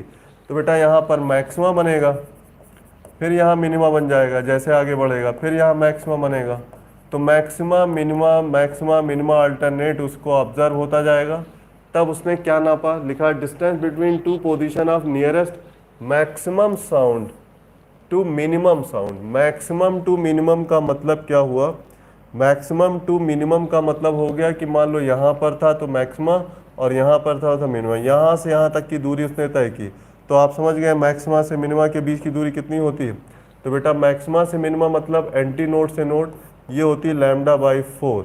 तो ये डिस्टेंस x जो दी गई वो λ/4 दी गई है यहाँ पर, और ये है 1 मीटर के बराबर। इसका मतलब लैम्डा की वैल्यू कितनी आ गई, 4 मीटर आ गई। ये बेटा 1 मीटर है। तो मैक्सिमा साउंड से मिनिमम साउंड के बीच की दूरी 1 मीटर दी गई क्वेश्चन में, तो ये λ/4 है तो λ/4 मीटर आ गया, इससे ये फ़ायदा हुआ। और तब velocity of sound v is equal to दिया है 332 मीटर पर सेकेंड। तो निकालना क्या है इसमें बेटा, इसमें निकालना है फ्रीक्वेंसी ऑफ सोर्स। तो f बराबर होता है v/λ, और तब यहाँ से वैल्यू रखें 332 बटे यहाँ पर 4 आ जाएगा, तो आंसर आया 4 8 32 और 4 3 12 83।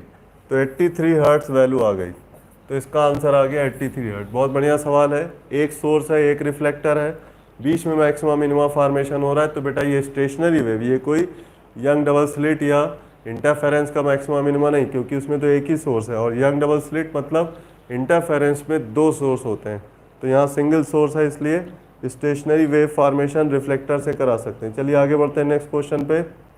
अगला क्वेश्चन जो है वो क्या है,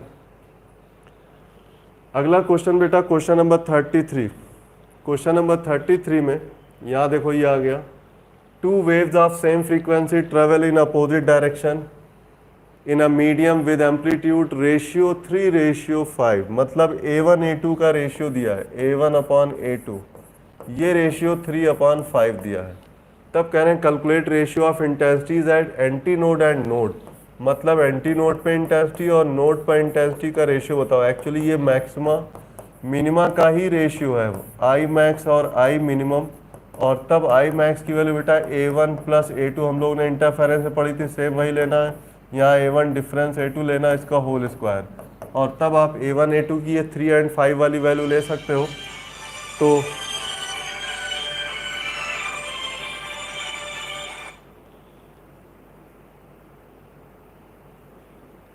यस, तो बेटा यहाँ पर A1 + A2, तो A1 + A2 भी यहाँ लिया जाएगा 3 + 5/3 डिफरेंस 5 का होल स्क्वायर। और तब ये वैल्यू आ जाएगी 8/2 का होल स्क्वायर, मतलब 4 का स्क्वायर, मतलब 16/1, सीधा सीधा कहें तो अब ये रेशियो 16 हो जाएगा, 16 भी कह सकते हैं। आंसर आ गया 3rd। तो ये बहुत सिंपल क्वेश्चन है जिसमें आंसर 3rd आ रहा है। अब आइए आगे बात करें नेक्स्ट क्वेश्चन की। अगला क्वेश्चन है आपका 35। इसमें बेटा choose correct statement regarding to formation of stationary wave in bounded medium. पहला जो ऑप्शन दिया है, stationary wave in form due to the superposition of 2 travelling wave of same frequency different amplitude and opposite direction, बिल्कुल सही लिखा है। लेकिन यहाँ पर जो डिफरेंट एम्पलीट्यूड लिखा है इसकी ज़रूरत नहीं है, मतलब हो भी सकता है नहीं भी हो सकता है, स्टेशनरी वेव तो बन जाएगी। इसका मतलब ये थोड़ा अभी सस्पेक्ट है, इसमें अभी शक है इस बात का कि ये सेंटेंस पूरी तरह से सही नहीं। ये डिपेंड करेगा बाकी सेंटेंस की बात करें तो यहाँ देखो amplitude of stationary wave varies with position only, तो पोजीशन के हिसाब से बदलता है। अभी पीछे हम लोग पढ़ रहे थे कि एक जगह मैक्सिमम बनता है फिर मिनिमम बनता है, तो उसका एम्पलीट्यूड, ये बिल्कुल सही स्टेटमेंट है। In stationary wave any 2 particle of the medium vibrate only in same phase और इन अपोजिट फेज, ये भी हो गया कि जो नोड के दोनों तरफ के पार्टिकल होंगे वो हमेशा अपोजिट फेज में होंगे, 2 नोड के बीच के जो सारे पार्टिकल होंगे वो सेम फेज। 2 ही ऑप्शन है, या तो सेम फेज या अपोजिट फेज, तो ये लाइन भी सही हो गई। In stationary wave all particle has maximum velocity at same moment of time. मतलब मैक्सिमम वेलोसिटी बेटा कहाँ पे आती है, मीन पोजीशन पर। वाइब्रेशन जब पार्टिकल करता है सारे पार्टिकल एक साथ मीन पोजीशन पे आते हैं। आप इसको यहाँ बना के चेक कर सकते हो, एक बार फिर दिखा दें। ये जो पार्टिकल ऐसे ऊपर की तरफ जा रहे थे, ये सब वापस जब आएंगे तो मीन पोजीशन पे पहुंचेंगे। वापसी जब इनकी होगी तो यहाँ मीन पोजीशन पे पहुंचेंगे और ये वाले वापस आके एक साथ मीन, मतलब सारे पार्टिकल एक क्षण पर मीन पोजीशन पे एक साथ आ जाएंगे। ये वाले लौट के आएंगे, ये वाले भी लौट के आएंगे, और फिर ये इधर चले जाएंगे, ये इधर चले जाएंगे। तो मीन पोजीशन पे पहुंचने का टाइम सबका सेम होगा। तो फिर ये कंडीशन सही हो गई कि in stationary wave all particle has maximum velocity at same moment of time. Maximum velocity कहाँ होती, मीन पोजीशन पे होती, इसलिए मीन पोजीशन पर सेम इंस्टेंट ऑफ टाइम पे पहुंचेंगे। तो ये स्टेटमेंट सही हो गया। अब आइए आगे बात करें। Energy is maximum at antinode always, बिल्कुल सही लिखा है। एनर्जी की वैल्यू एंटी नोड पे सबसे ज़्यादा होगी। Energy and momentum are not transmitted in stationary wave. Stationary wave में एनर्जी और मोमेंटम ट्रांसमिट नहीं होता। जब एनर्जी नहीं होगी तो मोमेंटम भी ट्रांसमिट नहीं होगा। ये भी स्टेटमेंट सही है। In case of longitudinal stationery wave in gaseous medium maximum pressure change is found at node. बेटा नोड पर प्रेशर का सबसे बड़ा वेरिएशन होगा, इसीलिए प्रेशर का एंटी नोड बनेगा। इसका मतलब नोड का मतलब ये डिस्प्लेसमेंट नोड है, तो ये है एन डी, और एन डी पर बेटा हमेशा amplitude max anti node of pressure बनता है, प्रेशर, और ये एन डी है डिस्प्लेसमेंट। तो कहने का मतलब प्रेशर सबसे ज़्यादा वेरी करेगा, तो इसीलिए सारे आंसर सही। अब पहले को भी सही कर लेंगे क्योंकि उसमें डिफरेंट एंटी नोड एम्पलीट्यूड भी ले सकते हैं, सेम भी, यही तो कंडीशन यहाँ फंस रही थी। तो यहाँ पे बेटा ऑल आर करेक्ट वाला ऑप्शन सही रहेगा। तो जितने स्टेटमेंट हैं सब सही हैं। चलिए अब आगे बढ़ते हैं नेक्स्ट, अगले क्वेश्चन पे चले। तो बेटा अगला क्वेश्चन, क्वेश्चन नंबर 36 आ रहा है। During the formation of stationary wave in rigid boundary 5 node and 4 antinodes are form. बहुत आसान सवाल है, ध्यान दिए। 5 नोड्स हैं यहाँ पर, 3 हो गए, 4 हो गए, 5 हो गए, और ये ऐसे ऐसे आप बना सकते हो इसको, इसमें कोई मुश्किल नहीं है। नोड पर हमेशा ऐसे ऐसे लूप बनेंगे। तो ये कितने नोड हैं? 5 नोड हैं। 5 नोड हैं तो बीच में एंटी नोड क्या होंगे? एंटी नोड 4 हो जाएंगे। तो एंटी नोड की संख्या 4 हो गई, टोटल संख्या यहाँ 4 है, ये 5 है। तो आगे क्या कह रहे हैं? कह रहे हैं कि in 5 metre length of the medium, यहाँ से यहाँ तक की पूरी लंबाई 5 मीटर है। तो अब आप देख सकते हो एक लूप की लंबाई 4 लूप बन गए यहाँ पर। इसका मतलब 4 लूप की लंबाई कितनी होगी? 4 इंटू एक लूप की लंबाई लैम्डा बाई 2 होती है। यहाँ से यहाँ तक बेटा ये लैम्डा बाई 2 होता है, ये भी लैम्डा बाई 2, ये भी लैम्डा बाई 2, ये भी लैम्डा बाई 2। तो टोटल 4 इंटू लैम्डा बाई 2, ये बराबर 5 मीटर आएगा। तो ये हो गया आपका 2, मतलब लैम्डा बराबर आ गया 5/2, मतलब 2.5 मीटर। तो इस तरह से लैम्डा की वैल्यू निकाल सकते हैं, 2.5 मीटर इसका आंसर है। इस तरह के क्वेश्चन में ये ध्यान देना चाहिए कि जितने नोड बताए जाए उससे एक कम संख्या में क्या बनेंगे? लूप्स बनेंगे, और एक लूप की लंबाई लैम्डा बाई 2 होगी। चलो अगर हम आपसे कहें कि हमारे पास 131 नोड्स हैं और उसमें टोटल 100 मीटर की लेंथ है मीडियम की, उसमें 131 नोड बन रहा है, तो आप समझ गए लूप की संख्या कितनी होगी। तो लूप की संख्या यहाँ पर 130 होगी। ऐसे वाले लूप कितनी संख्या बनेंगे? ये बेटा 130 बन जाएंगे, 130, और तब इंटू लैम्डा बाई 2 करके 100 के बराबर करके लैम्डा की वैल्यू निकल आएगी। तो ये बहुत आसान होता है, जितने नोड बताए जाएं उतने में से एक कम कर दो, लूप की संख्या आ जाएगी। हाँ अगर एंटी नोड बताया जाता तो यहाँ एंटी नोड, यहाँ एंटी नोड, यहाँ, इसका मतलब एंटी नोड पर पूरा पूरा एक लूप बनेगा। तो एंटी नोड कंप्लीट अगर है तो पूरा पूरा एक लूप बनेगा, और तब जितने एंटी नोड होंगे उतने लूप बनेंगे, ऐसे आप कह सकते हो। तो ये इस तरह से शुरुआत में अगर नोड से होगी तभी एंटी नोड पर लूप की संख्या बराबर आएगी। तो ये आंसर हो गया। चलिए अब आगे बढ़ते हैं नेक्स्ट क्वेश्चन पे। क्वेश्चन नंबर 36 तक हो गया। यस, अब इसके बाद बेटा पढ़ना है vibration of organ pipe. Very important.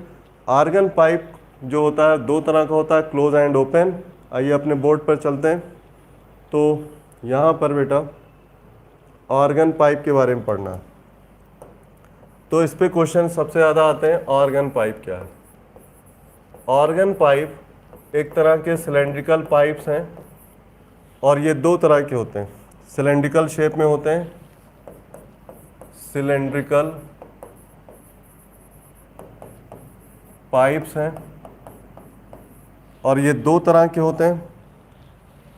Actually ये बाउंडेड मीडियम है, बाउंडेड मीडियम, इनका शेप सिलेंड्रिकल होता है, और इसमें लॉन्गिट्यूडनल स्टेशनरी वेव का फॉर्मेशन होता है। लॉन्गिट्यूडिनल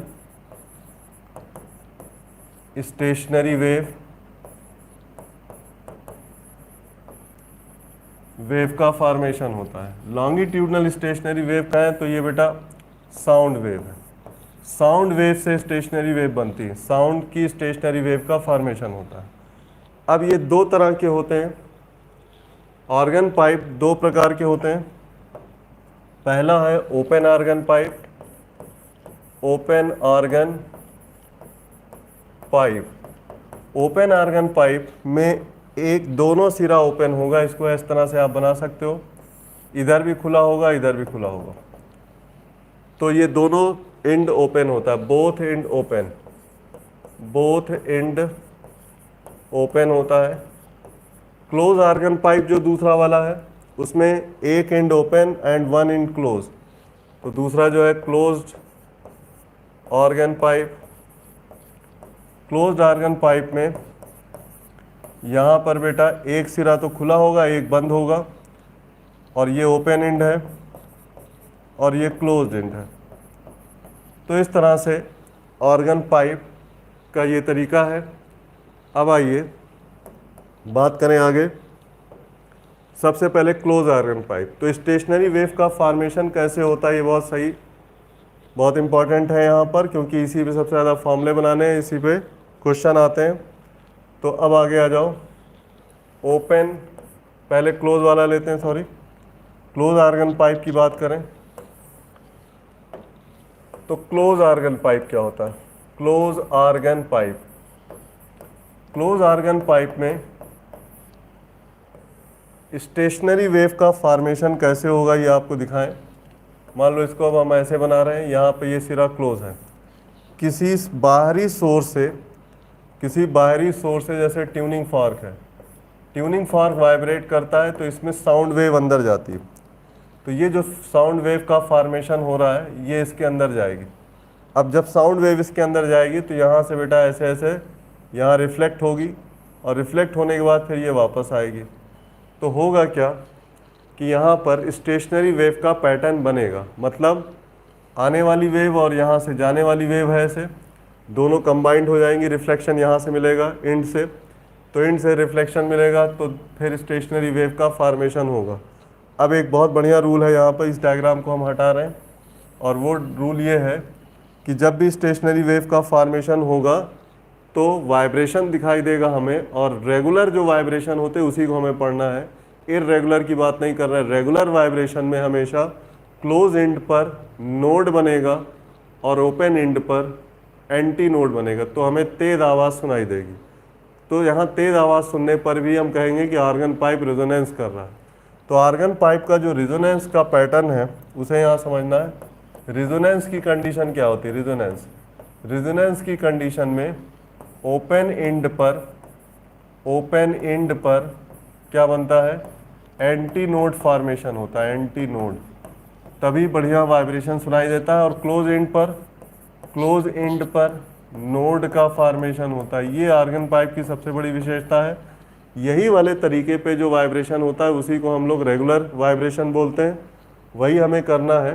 तो अब आपको हम बता दें, यहाँ पे सारे हम एक साथ बना देते हैं। ये इसमें दो अलग अलग कंडीशन पे इसको कैलकुलेट किया जाता है। तो पहली जो कंडीशन उसको आप समझ लें। पहली कंडीशन ये है कि अगर हम जो साउंड सोर्स यूज़ कर रहे हैं, साउंड सोर्स हमारा एक ट्यूनिंग फॉर्क है, उसकी फ्रीक्वेंसी फिक्स्ड है, कांस्टेंट, और इससे निकलने वाली जो वेव है उसकी वेवलेंथ भी कांस्टेंट है। इसका मतलब वेवलेंथ हमारी फिक्स है, और इस वेव का इस्तेमाल हम लोग ऑर्गन पाइप को वाइब्रेट कराने में करेंगे। तो ऑर्गन पाइप में सबसे पहले सबसे छोटा पाइप यूज़ किया जाएगा जिसकी लंबाई सबसे कम हो, उसके बाद फिर उससे बड़ा पाइप यूज़ किया जाएगा, उसकी लंबाई और बढ़ जाएगी तो वाइब्रेशन होगा, उसके बाद उससे भी बड़ा पाइप यूज़ करेंगे तो उसमें और ज़्यादा वाइब्रेशन होगा। कुल मिलाकर के इन सब आर्गन पाइप में वेवलेंथ हमें सेम लेनी है।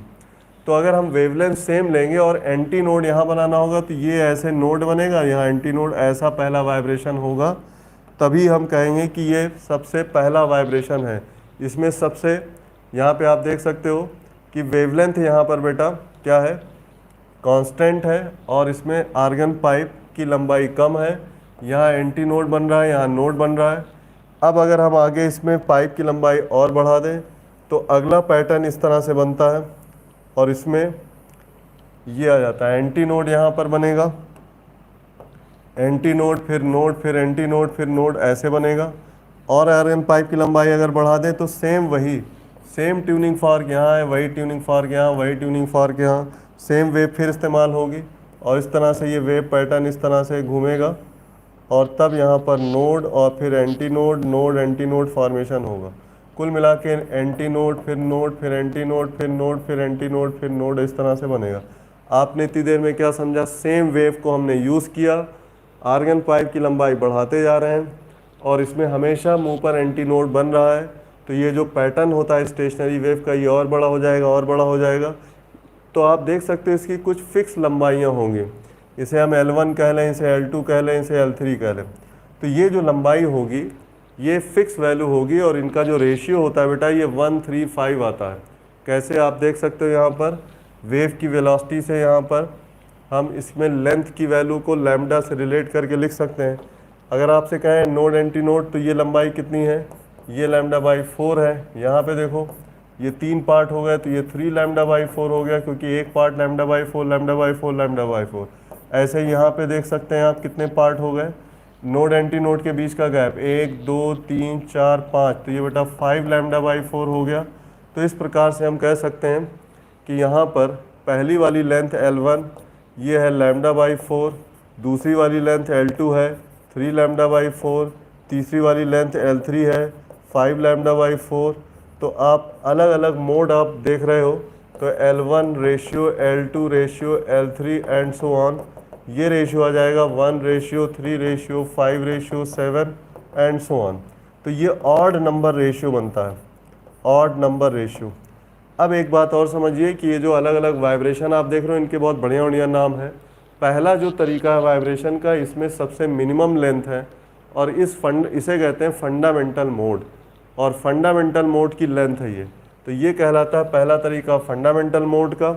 जो दूसरा तरीका है वो कहलाता है सेकेंड मोड। सेकेंड मोड यानी फंडामेंटल के बाद सारे मोड जो होते हैं ओवरटोन वाले होते हैं, तो इसे हम कहते हैं फंडामेंटल टोन। तो यहाँ लिख के दिखा दें बेटा आप, ये कहलाता है फंडामेंटल टोन। तो जो पहला तरीका है इसको हम नंबरिंग दे दें यहाँ पर, ये है आपका फर्स्ट मेथड, ये है सेकंड और ये है थर्ड, उसके आगे और बढ़ता जाएगा। तो फंडामेंटल मोड, फंडामेंटल मोड, और ये नंबर 1 हो गया। इसमें लेंथ L1 बराबर ये हो गई बेटा λ/4। दूसरा आ जाएगा फंडामेंटल मोड को ही फर्स्ट हार्मोनिक भी कहा जाता है, इसे कहा जाता है फर्स्ट हार्मोनिक। ये नाम याद रखें, ये रेशियो नंबर होता है। फंडामेंटल के बाद आता है ओवरटोन। ओवरटोन इसे कहते हैं ओवरटोन। ओवरटोन में ये फर्स्ट वैल्यू है, फर्स्ट ओवरटोन, और इसमें ये कहलाता है थर्ड हार्मोनिक, क्योंकि ये 3 गुना लंबाई हो रही है तो इसे थर्ड हार्मोनिक कहा जाएगा। और तब इसमें L2 बराबर आ जाएगा 3 λ/4। और इसी तरह से तीसरा आप देख लें तो सेकेंड ओवरटोन कहते हैं इसे, सेकेंड ओवरटोन, या इसे फिफ्थ हार्मोनिक कहा जाता है। और तब इसमें लंबाई फिफ्थ हार्मोनिक में L3 बराबर यह आ जाएगा 5 λ/4। तो इस प्रकार से लंबाई बढ़ती जाएगी और जो मोड हैं उनके रेगुलर मोड बनते हैं, इनके नाम बदलते जाएंगे। फंडामेंटल, फिर ओवरटोन, फिर सेकेंड ओवरटोन, फिर थर्ड ओवरटोन, हार्मोनिक में 1 harmonic, first harmonic, third harmonic, fifth. ये नाम फिफ्थ क्यों आए? क्योंकि ये 5 गुना वैल्यू हो रही फर्स्ट वाले की। तो ये फ्रीक्वेंसी लेंथ का जो रेशियो है बेटा वही हार्मोनिक कहलाता है। तो हमने आपको आर्गन पाइप में ये लिख के दिखा दिया। और तब आइए आगे बात करें। आर्गन पाइप में वाइब्रेशन का एक तरीका हमने आपको दिखाया, दूसरा तरीका उससे भी ज़्यादा इम्पॉर्टेंट है। अब की बार क्या करेंगे, आर्गन पाइप की लेंथ ऑफ आर्गन पाइप जो है वो कांस्टेंट रखेंगे। लेंथ कांस्टेंट रहेगी तो फिर क्या करना होगा, तब हमें फ्रीक्वेंसी वेरिएबल करनी होगी। फ्रीक्वेंसी वेरिएबल करेंगे, वेरिएबल बनाएंगे और वेवलेंथ भी वेरिएबल हो जाएगी, क्योंकि वेलोसिटी तो कांस्टेंट रहती है, फ्रीक्वेंसी और वेवलेंथ वेरी करेगी। तो अब की बार आर्गन पाइप की लंबाई फिक्स है और उसको हमने इतना बड़ा ले लिया, और उसमें सबसे पहला जो मोड बनाएंगे उसमें सबसे बड़ी वेवलेंथ आएगी और वो ये बनेगी। एंटी नोड और नोड यहाँ बनेगा, तेज आवाज़ सुनाई देगी, ये कहलाता है फंडामेंटल मोड। आप देख रहे हो इसमें मैक्सिमम वेवलेंथ निकल रही है, मिनिमम फ्रीक्वेंसी है, तो इसकी फ्रीक्वेंसी f बराबर v/λ लिखेंगे। और ये लंबाई आर्गन पाइप की L, इसमें आप देख सकते हो ये वैल्यू λ/4 के बराबर है, तो λ4L हो जाएगा। तो V अपॉन 4L वैल्यू आ जाएगी, क्योंकि यहाँ लैम्डा बराबर 4L आ रहा है। तो आप देख सकते हो ये कहलाती fundamental mode. It is the frequency of fundamental mode और फर्स्ट हार्मोनिक। तो इसे कहा जाता है H1 या फंडामेंटल मोड की फ्रीक्वेंसी, फंडामेंटल मोड। तो ये एक तरीका है दूसरा, जिसमें हम आर्गन पाइप की लेंथ को फिक्स रखेंगे और वेवलेंथ छोटी करते जाएंगे, फ्रीक्वेंसी बढ़ाते जाएंगे। तो सबसे छोटी फ्रीक्वेंसी ये आ गई। अब आइए नंबर 2। नंबर 2 में आर्गन पाइप की लंबाई उतनी रखनी, वेवलेंथ थोड़ा छोटी कर लें। तो वेवलेंथ जब छोटी करेंगे तो अब वाइब्रेशन का ये तरीका आ जाएगा। इसमें एंटी नोड यहाँ, फिर नोड यहाँ, फिर एंटी नोड यहाँ, फिर नोड यहाँ, और पूरी जो लंबाई होगी इसमें 3 लैम्डा बाई 4 ये L के बराबर आएगा। और तब फ्रीक्वेंसी F2 अब की जो होगी ये क्या होगी, V अपॉन लैम्डा। तो लैम्डा की वैल्यू 4L अपॉन 3 हो जाएगी, यहाँ से निकाल सकते हैं 4 इधर 3L। तो अब की जो फ्रीक्वेंसी है वो 3F1 के बराबर है, इसीलिए इसका नाम रखा जाएगा। ये सेकेंड मोड है, इसे फर्स्ट ओवरटोन भी कहते हैं, फर्स्ट ओवरटोन, या फिर इसे कहा जाता है थर्ड हार्मोनिक। 3H हमने लिख दिया क्योंकि ये फ्रीक्वेंसी 3 गुना हो गए। तो harmonic is the ratio number, जो सा हार्मोनिक कहा जाए वही रेशियो आएगा। इसी तरह से आगे आप बढ़ सकते हैं। इसमें सेम लेंथ के पाइप में अगर हम और छोटी वेव इस्तेमाल करें तो इसमें वाइब्रेशन और भी बढ़िया हो जाएगा। ऐसे anti node, node, anti node, node, anti node and node बनेगा। और तब यहाँ से यहाँ तक आप काउंट करके बता सकते हो 1 2 3 4 5, यानी 5 लैम्डा बाई 4 की ये लंबाई है पूरी L। तो लैम्डा बराबर हो जाएगा 4L अपॉन 5। और तब इस कंडीशन में जो फ्रीक्वेंसी आएगी F बराबर V अपॉन लैम्डा। तो यहाँ पर V अपॉन 4L नीचे और यहाँ आ जाएगा 5। आप समझ गए, ये अब की बार 5F1 के बराबर आ रहा है, ये F3 है। तो इसीलिए इसका नाम है फिफ्थ हार्मोनिक और ये सेकेंड ओवरटोन है। अब काम की बात आपको बताएं कि क्लोज आर्गन पाइप में आपको ये फार्मूला सबसे इम्पॉर्टेंट याद रखना चाहिए। अगर हम कहें nth ओवरटोन, nth ओवरटोन की फ्रीक्वेंसी लिखने का तरीका क्या है, तो आप देख सकते हो ये सेकेंड ओवरटोन है बेटा। इससे पहले वाला फर्स्ट ओवरटोन था, उसमें 3 आया था। तो जो सा ओवरटोन होगा उसमें 2 का मल्टीप्लाई करेंगे और उसमें 1 जोड़ देंगे, यानी 2n+1 ये कंडीशन होगी। और क्लोज आर्गन पाइप में V अपॉन 4L लिया जाएगा। तो ये nth ओवरटोन की कंडीशन है, nth ओवरटोन की वैल्यू है ये। ओवरटोन का नंबर अगर दिया जाए तो फ्रीक्वेंसी ऐसे लिख सकते हैं, ये वैल्यू आ जाएगी। यह F nth OT, इसे nth ओवरटोन की फ्रीक्वेंसी कहें। ये V upon 4L fundamental value होती तो 2n+1, और यहाँ आ जाएगा F1 या F0, ऐसे भी इसे लिखा जा सकता है। तो it is the frequency of overtone, nth overtone. जैसे अभी हम आपसे कहें कि हमें सेकेंड ओवरटोन की फ्रीक्वेंसी बताइए क्या होगी, तो सेकेंड n बराबर 2 ले लेंगे तो F2 आ जाएगा, या सेकेंड ओवरटोन कह सकते हैं 2OT2 कहे से। इसकी वैल्यू क्या आ जाएगी, यहाँ 2 रखेंगे तो आ जाएगा 5V अपॉन 4L, जैसे पहले हम लोगों ने किया था। तो ऊपर लिखा हुआ है 5V/4L। तो ये ओवरटोन वाला फार्मूला आपको अच्छे से याद होना चाहिए। अब आइए हार्मोनिक के नाम पर अगर हम फार्मूला बनाते हैं, जैसे कहें हार्मोनिक, तो कहा जाए nth हार्मोनिक। mth हार्मोनिक में क्लोज आर्गन पाइप की फ्रीक्वेंसी mth हार्मोनिक दिया हो तो इसी mth हार्मोनिक इसे हम लिखेंगे बेटा, यहाँ पर HM हार्मोनिक का नंबर दिया है। तो इसमें बेटा जो सा नंबर दिया जाएगा वही रेशियो आ जाएगा 1/4L। अगर कहा जाए फर्स्ट हार्मोनिक तो वही फंडामेंटल टोन होता है, M की वैल्यू 1 कर देंगे। सेकेंड हार्मोनिक बनता नहीं, इसमें थर्ड बनेगा, फिफ्थ बनेगा। एक चीज़ बहुत काम की है कि आर्गन पाइप के जो फ्रीक्वेंसी रेशियो होते हैं उनका अगर लिखें तो F1, F2, F3, F4 and so on, ये हमेशा 1:3:4, 5:7, 9 एंड सारे ऑड नंबर रेशियो होते हैं, ऑड नंबर। तो ऑड नंबर रेशियो बनते हैं इसमें, और तब ये फ्रीक्वेंसी रेशियो याद रखना चाहिए। क्लोज आर्गन पाइप में ऑड नंबर बनता है और हमेशा ऊपर एंटी नोड है, नीचे एक नोड बनेगा, उसे आप बना के देख सकते हो। तो ये तो हो गया फ्रीक्वेंसी रेशियो, और हमने 2 तरह से आर्गन पाइप आपको बता दिया। चलिए जल्दी से बता देते हैं ओपन आर्गन पाइप का कंस्ट्रक्शन क्या है। ओपन पाइप, ओपन पाइप में दोनों सिरा बेटा ओपन होगा, नीचे भी ओपन होगा और ऊपर भी। इसमें हमेशा दोनों एंड पर एंटी नोड बनाना है, इधर भी बनाना है एंटी नोड, इधर भी बनाना है।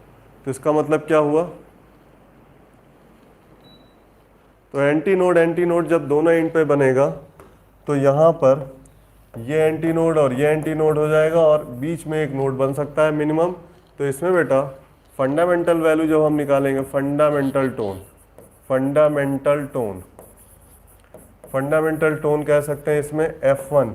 तो यही पहला जो डायग्राम बना फंडामेंटल, ये गैप λ/4, λ/4, तो ये हो गया 2 λ/4 मतलब λ/2 और ये वैल्यू आ गई L। तो L बराबर आ गया बेटा, लैम्डा बराबर कितना आ गया 2L। तो ये वैल्यू यहाँ रख दें तो फ्रीक्वेंसी f v/λ, तो अब की बार v/2L आएगा और तब इसे कहेंगे फंडामेंटल टोन या ज़ीरो ओवरटोन। उसके बाद आगे बढ़ेंगे, फर्स्ट ओवरटोन आएगा। हाँ, इसे कहा जाता है फर्स्ट हार्मोनिक, H1 कहते हैं फर्स्ट हार्मोनिक। फर्स्ट ओवरटोन में क्या होगा कि आर्गन पाइप की लंबाई उतनी ही रहेगी, लेकिन अब की बार इसमें नोड एंटी नोड की संख्या बढ़ जाएगी और तब ये इस तरह से वाइब्रेशन होगा। तो एंटी नोड फिर नोड फिर एंटी नोड फिर नोड फिर एंटी नोड ऐसे बनेगा और तब आप इसे कह सकते हो कि इट इज़ द F2 और ये वैल्यू हो जाएगी की बार आप देख रहे हो 1 2 3 4, तो ये पूरा 4 λ/4 यानी L के बराबर। तो ये v/λ की जगह L आ जाएगा या इसको 2v/2L लिख सकते हैं और तब ये 2F1 के बराबर आएगा। तो कहने का मतलब इसमें सेकंड वाला जो मोड बनता है उसमें फ्रीक्वेंसी डबल हो जाती है। थर्ड भी इसी तरह बना सकते हैं, यानी सेकंड ओवरटोन। सेकंड ओवरटोन में जब हम लोग फार्मूला बनाएंगे तो F बराबर इसमें आ जाएगा 3v/2L यानी 3F1। तो एक बात क्लियर हो गई कि ओवरटोन का नंबर अगर nth मान लिया जाए, nth ओवरटोन की फ्रीक्वेंसी, nth ओवरटोन यही इसमें इंपॉर्टेंट है, तो FOTN ये वैल्यू कितनी आएगी, ये वैल्यू आ जाएगी n+1 और ओपन आर्गन पाइप में v/2L होगा। तो बेटा ये फार्मूला बन गया ओपन आर्गन पाइप का। और अब आगे बढ़ते हैं, हार्मोनिक का नंबर दिया है mth harmonic, mth harmonic, mth harmonic जब बनाएंगे तो इसमें हार्मोनिक का वही रेशियो नंबर रहेगा, इसे कहेंगे mth हार्मोनिक H, और तब ये वैल्यू हो जाएगी m × v/2L। तो बस बिल्कुल सीधे सीधे नियम है, ओवरटोन आपको याद रखना है, हार्मोनिक, हार्मोनिक में तो सेम नंबर होता है। हाँ, क्लोज आर्गन पाइप के ओवरटोन में 2n+1 होता है, इसमें 2n n+1 होगा ओपन वाले में, क्लोज वाले में 2n की वैल्यू आती है, 2n+1। चलिए अब आगे बढ़ते हैं नेक्स्ट। इसके बाद बेटा इसमें कंपैरिजन के क्वेश्चन है, तो अब क्वेश्चन ले लेते हैं बोर्ड पे जल्दी से। तो आर्गन पाइप में ओपन एंड क्लोज का हिसाब आ गया और क्वेश्चन लगाने में ही क्लियर होगा कि क्या क्या है, इसलिए हम जल्दी से क्वेश्चन पे आ जाते हैं। जल्दी से यहाँ पे क्वेश्चन पहले बढ़ा दें, ये आपका आ गया, yes, question number 37। Question number 37 में कह रहा है calculate the ratio of frequencies of third overtone of and fifth overtone of same organ pipe one close end in air. मतलब यहाँ पर जो पहला पार्ट है उसमें क्लोज आर्गन पाइप की वैल्यू कही गई। अब क्लोज आर्गन पाइप में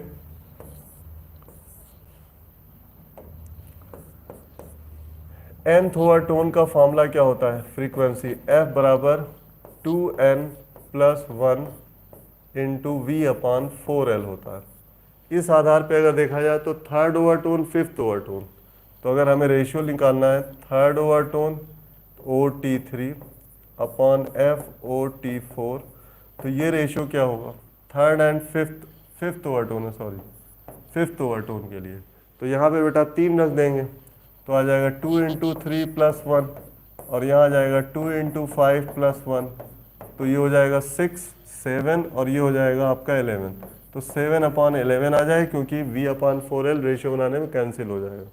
तो ये हो गया आपका पहला, third overtone of close organ pipe और fifth overtone of close organ pipe, दोनों एक ही पाइप है, उसमें थर्ड एंड फिफ्थ का रेशियो 7/11 आ जाएगा।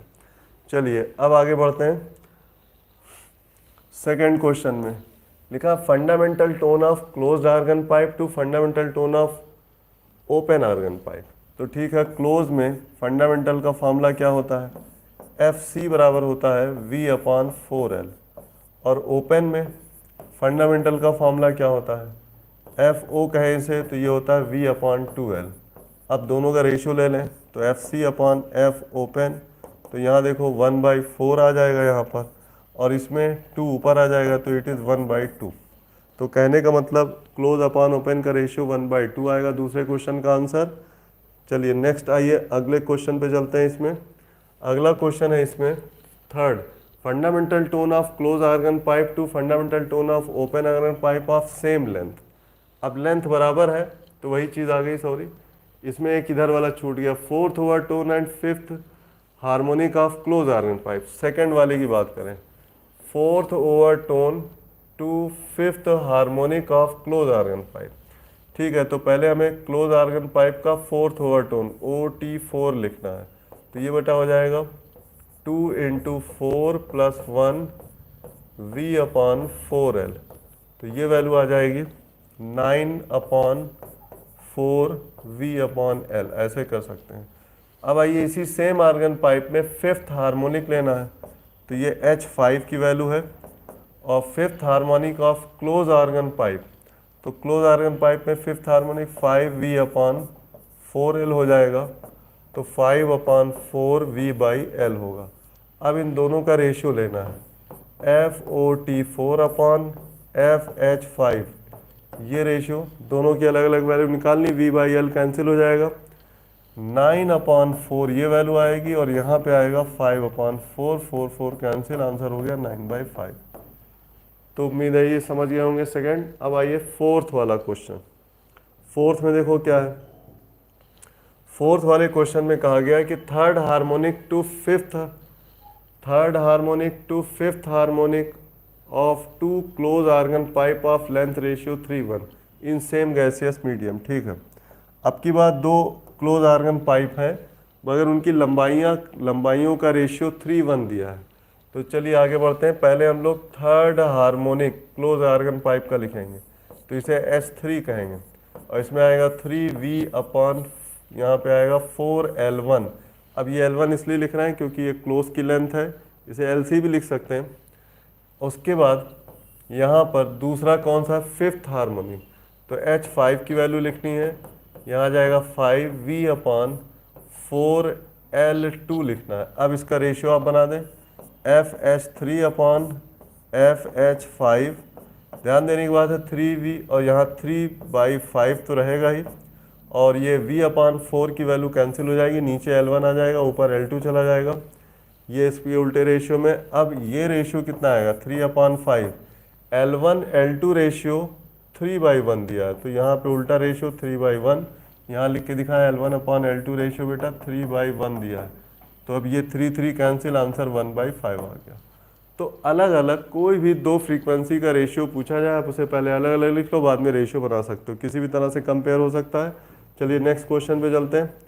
अगला जो क्वेश्चन है क्वेश्चन नंबर 38, इसमें कह रहा है two organ pipe vibrate in same mode with same frequency if one is close and other is open, calculate the ratio of their length.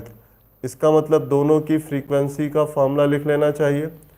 पहला क्लोज है तो पहली फ्रीक्वेंसी F बराबर क्लोज में आ जाएगा, सेम मोड में वाइब्रेट कर रहा है इसलिए हार्मोनिक ले लेते हैं, यानी M की वैल्यू सेम ले लेते हैं, सेम हार्मोनिक, तो V अपॉन ये हो जाएगा 4L1, लेंथ का रेशियो पूछ रहा है। दूसरा आर्गन पाइप, यहाँ पर बेटा ये क्लोज है, ओपन आर्गन पाइप में मोड M रहेगा वही, बट इसमें V अपॉन 2L2 आ जाएगा, क्योंकि ओपन आर्गन पाइप में नीचे 2L आता है, आप समझ गए। तो ये रेशियो इस तरह से करना है। अब दोनों की फ्रीक्वेंसी बराबर है तो दोनों बराबर कर दें, M से M कैंसिल हो गया, V कैंसिल हो गया, यहाँ पे 2 आ जाएगा। तो आप देख सकते हो ये आंसर क्या आने वाला है। यहाँ पे देखो 4L1 बराबर 2L2, 4L1 बराबर 2L2 आ गया, और तब L1 अपॉन L2 की वैल्यू आ गई, इसको इधर कर दें 2/4 मतलब 1/2। तो इसमें बेटा आंसर आ रहा है सेकेंड। तो उम्मीद है आप समझ गए होंगे। नेक्स्ट आइए जल्दी से क्वेश्चन को पूरा कर ले। अगला क्वेश्चन क्वेश्चन नंबर 39, इसमें क्या हो रहा है, an organ pipe have successive frequency 200 300 hertz. तो बेटा एक के बाद एक फ्रीक्वेंसी का रेशियो दे रहा है, मतलब 200 एक वैल्यू है और दूसरी है 300, तो ये रेशियो हो जाएगा 2:3। 2 और 3 ऑड और इवन दोनों इसमें रेशियो आ रहा है। देखिए ऑड भी आ रहा है, इवन भी आ रहा है, तो इसका मतलब ये ओपन भी है क्लोज भी। तो यहाँ पर क्या हो सकता है, मे बी क्लोज और मे बी ओपन। तो ऑड और इवन दोनों वैल्यू मिल रही है। इवन ये है बेटा, ऑड ये है, तो ऑड और इवन दोनों किस में होता है, ये ओपन में ही होता है, ओनली ओपन ओनली। ध्यान दो, ओपन के frequency ratio 1:2 ratio 3 ratio 4 ratio 5 ratio and so on होते हैं। तो इसमें देखो 2 और 3 आ रहा है, तो ओपन पाइप का सवाल है, इसलिए आंसर हो गया इसमें सेकंड। अब आइए आगे बढ़ते हैं नेक्स्ट। अगला जो है बेटा question, organ pipe have successive frequency 200। अब सक्सेसिव फ्रीक्वेंसी 200 हर्ट्ज, इसका रेशियो तुरंत बना दें, 600, उसके बाद 1000, तो ये आ गया बेटा 135। 135 क्लोज के लिए हो सकता है और कोई रास्ता नहीं, इसमें सक्सेसिव वैल्यू है, इसलिए ये क्लोज ऑर्गन पाइप का सवाल है, मतलब फ्रीक्वेंसी है, और तब इसमें आंसर आ गया आपका क्लोज ओनली, फर्स्ट आंसर। चलिए नेक्स्ट चलते हैं अगले क्वेश्चन पर। अगला जो क्वेश्चन है इसका, ये आ गया, एन ऑर्गन पाइप है फ्रीक्वेंसी।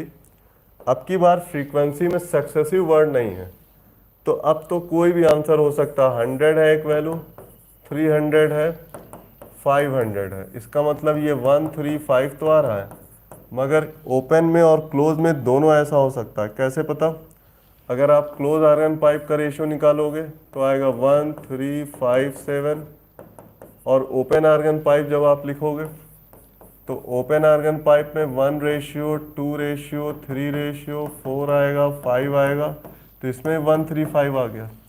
बट वो सक्सेसिव ना होने की वजह से ओपन भी ले सकते हैं, इसका मतलब इसमें क्लोज्ड और ओपन दोनों आंसर आएगा। चलिए ये इंपॉर्टेंट सवाल था। नेक्स्ट आप समझ लिए, अगला क्वेश्चन बहुत बढ़िया है। इसमें बेटा फ्रीक्वेंसी रेशियो की बात की गई। सारे आर्गन पाइप सेम लेंथ के हैं, लेकिन कुछ इसमें ओपन है, कुछ क्लोज हैं। इनमें frequency F1 F2 F3 ratio बताना बहुत आसान है। अगर F1 ratio F2 ratio F3 ratio F4 निकालना है तो इसका डायरेक्ट कॉन्सेप्ट बहुत बढ़िया है। आपको केवल नोड एंटी नोड के गैप काउंट कर लेने हैं। नोड एंटी नोड के कितने गैप हैं ये काउंट कर लो, वही फ्रीक्वेंसी रेशियो नंबर हो जाएगा। तो यहाँ देखो नोड एंटी नोड हम बना दे रहे हैं, ये लाइनें, ये नोड एंटी नोड के गैप्स आप काउंट कर लो बस। तो यहाँ देखो 2 गैप हैं, तो इसमें 2 रेशियो हो गया। इसमें बेटा 1 2 3 गैप हैं, तो यहाँ 3 हो गया। यहाँ 1 2 3 4 5 है, तो इसमें रेशियो 5 हो गया। और यहाँ 6 है, तो इसमें रेशियो 6 हो गया। इसका मतलब 2 3 5 6 का रेशियो फ्रीक्वेंसी का बनेगा, तो आंसर हो गया फर्स्ट। तो ये बड़ा आसान होता है, डायग्राम जब बना हो open and close organ pipe का, उसका फ्रीक्वेंसी रेशियो निकालना हो, लेंथ सेम होनी चाहिए, तो node anti node gap count किए जाते हैं, तो बिल्कुल आसानी से निकल आता है। अब आइए नेक्स्ट क्वेश्चन पे चलते हैं। अगला क्वेश्चन ये आ गया, question number 43, 2 successive frequency of open organ pipe 630 and 720। अगर इस सक्सेसिव फ्रीक्वेंसी का रेशियो बनाएं 630 रेशियो या 720, तो आप देखोगे ये बहुत आसानी से कैंसिल हो गया। 9 से 9 72, नीचे 8 आ गया, और 9 7 63, 7/8।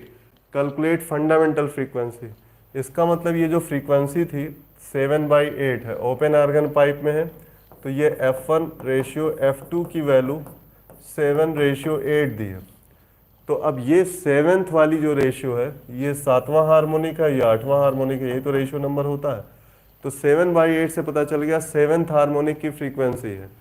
तो अब ये 630 वैल्यू फंडामेंटल फ्रीक्वेंसी क्या होगी, तो आप F1 की वैल्यू को 7 इंटू फंडामेंटल लिख सकते हो। तो फंडामेंटल इसमें निकल आएगा, ये वैल्यू कितनी लिखना है 630, तो फंडामेंटल वाली वैल्यू कितनी आ गई, F0 बराबर हो गया 630 बटे यहाँ पे आ गया 7 7 9 63, 90 आ गया। तो फंडामेंटल फ्रीक्वेंसी इसकी 90 वैल्यू हो गई। तो ये बहुत आसान है, जो फ्रीक्वेंसी का रेशियो आपको मिलेगा सक्सेसिव, आप उसको मल्टीप्लाई करके फंडामेंटल से वो फ्रीक्वेंसी तुरंत देख सकते हो, क्योंकि वही रेशियो नंबर ही फंडामेंटल से मल्टीप्लाई होता है, और तब इस आधार पे फंडामेंटल वैल्यू निकल आई। अब इसके बाद कह रहे हैं फ्रीक्वेंसी ऑफ थर्ड ओवरटोन बताइए। तो थर्ड ओवरटोन की फ्रीक्वेंसी कितनी होगी? थर्ड ओवरटोन की फ्रीक्वेंसी ओपन पाइप में अगर लिखना है तो n+1 वाला फॉर्मूला लगा दें, और ये हो जाएगा F0 और ये हो जाएगा Fn ओवरटोन। तो यहाँ आ जाएगा 3+1 इंटू F0, 90 आ गया था, तो ये हो गया 4, 9 चौक 36, 360 हर्ट्स। तो ये वैल्यू आ गई 360 हर्ट्स। अब आइए length of pipe if speed of sound in 340 metre per second. तो ठीक है, आप फंडामेंटल वाले फॉर्मूले पे जाइए, V/2L होता है और ये वैल्यू 90 है बेटा, और यहाँ पे आ गया V/2L और तब L बराबर हो जाएगा V/2 इंटू 90। V की वैल्यू यहाँ पे रख देंगे 340 और ये आ गया आपका 9 दूना 18, 180। इसको इससे डिवाइड करेंगे 18 को 40, 17/9 आ जाएगा। 9 दूना 18 होता है, 1.89 समथिंग आंसर आ जाएगा। तो इससे डिवाइड करके 1.89 आंसर मिलेगा इसका। तो उम्मीद है आप समझ गए होंगे। चलिए नेक्स्ट क्वेश्चन पे चलते हैं। अगला क्वेश्चन 44। इसमें कहा गया 4 close organ pipe increasing length. ये बढ़िया सवाल है। 4 क्लोज आर्गन पाइप है, उनकी लंबाई बढ़ती जा रही है ऐसे, ये इतना और फिर ये और बड़ा यहाँ तक। चारों पाइप में जो स्मॉलेस्ट एंड लार्जेस्ट पाइप की लंबाई दी है ये 45 सेंटीमीटर का है और ये वाला दिया है बेटा 99 सेंटीमीटर का। अब कह रहे हैं calculate the frequency of tuning for, जबकि वेलोसिटी ऑफ साउंड 360 हर्ट्ज है, और तब यहाँ पर ये सारे पाइप जो है वो इंक्रीजिंग ऑर्डर में है, मतलब फ्रीक्वेंसी एफ की वैल्यू निकालनी है और कुछ नहीं। तो ध्यान देने की बात है, जो फ्रीक्वेंसी सबकी इसकी है वही सबकी होगी क्योंकि लंबाइयाँ बढ़ती जा रही है। सबसे पहला काम इन दोनों लेंथ का रेशियो हम लोग डिवाइड करके पता कर लें। 45/99, तो ये बेटा 9 से डिवाइड होगा, 9 पंजे 45 और यहाँ 11। इसका मतलब क्लोज आर्गन पाइप का 5वें और 11वें हार्मोनिक का ये लेंथ दी गई है। तो 5वां 1, 3, 5, 7, 9, 11, ये 5वां और 11वां इसकी लंबाई दी गई हमें। 5वें हार्मोनिक की लंबाई दी गई है, तो इसका मतलब क्या हुआ, 5th हार्मोनिक है ये, इसकी लेंथ दी गई है, तो ये 5 λ/4 आएगा और तब यहाँ से लैम्डा की वैल्यू निकल आएगी। तो आप कह सकते हैं कि ये जो पहली लेंथ 45 दी गई है, इसका इस्तेमाल करके हम लोग, ये 5th हार्मोनिक है, तो जो हार्मोनिक नंबर होता है यहाँ आ जाएगा 5 λ/4 = L। ये 5th हार्मोनिक के लिए था, ठीक है ना, 5th हार्मोनिक की वैल्यू है। तो 5 λ/4 = L। लैम्डा की वैल्यू कितनी आएगी, तो हो जाएगा 4 × 55/5, 5 9 45, 9 9 चौक 36, 36 सेंटीमीटर आ गई। ये लैम्डा की वैल्यू निकल आई। अब यहाँ पर ध्यान देने की बात है, वेलोसिटी 360 मीटर दी गई है, तो फ्रीक्वेंसी है बराबर V/λ। तो V हो गया 360 और लैम्डा की वैल्यू सेंटीमीटर से मीटर में ले लें 0.36। तो बेटा अब ये पॉइंट हटा के 2 0 बढ़ाएंगे, इसका पूरा आंसर 1000 आ जाएगा। तो अब आंसर आ रहा है 1000 हर्ट्ज। इसका मतलब जो फ्रीक्वेंसी यहाँ यूज़ की गई वो 1000 हर्ट्ज की है। तो बेटा अब टाइम पूरा होने वाला है, बाकी का जो टॉपिक है वो नेक्स्ट लेक्चर में हम बताएंगे। आर्गन पाइप लगभग हमने ख़त्म कर दिया है, सिर्फ अब डॉपलर इफेक्ट, हाँ स्ट्रिंग भी रह गई, तो स्ट्रिंग और डॉपलर इफेक्ट एक साथ पढ़ लेंगे हम लोग। नेक्स्ट टर्न पर चलेंगे और एक क्वेश्चन लास्ट है, उसको भी जल्दी से बता दें। अगला क्वेश्चन, क्वेश्चन नंबर 45 लिखा है 2 close organ pipe of length ratio 3 4 vibrate in third overtone and 5th harmonic respectively, calculate the ratio of wavelength are used. तो अब यहाँ पर फ्रीक्वेंसी रेशियो निकाल के उसका उल्टा वेवलेंथ रेशियो बनता है, निकाल सकते हैं। तो पहले तो हमें 2 closed organ pipe of length ratio, तो यहाँ पे क्लोज आर्गन पाइप का फॉर्मूला लिख लें, कौन कौन से थर्ड ओवरटोन है। तो यहाँ आ जाएगा 2 × 3 + 1 V/4L1, तो ये हो जाएगा 7/4 V/L1। ये हो गया आपका फ्रीक्वेंसी। और 5th हार्मोनिक,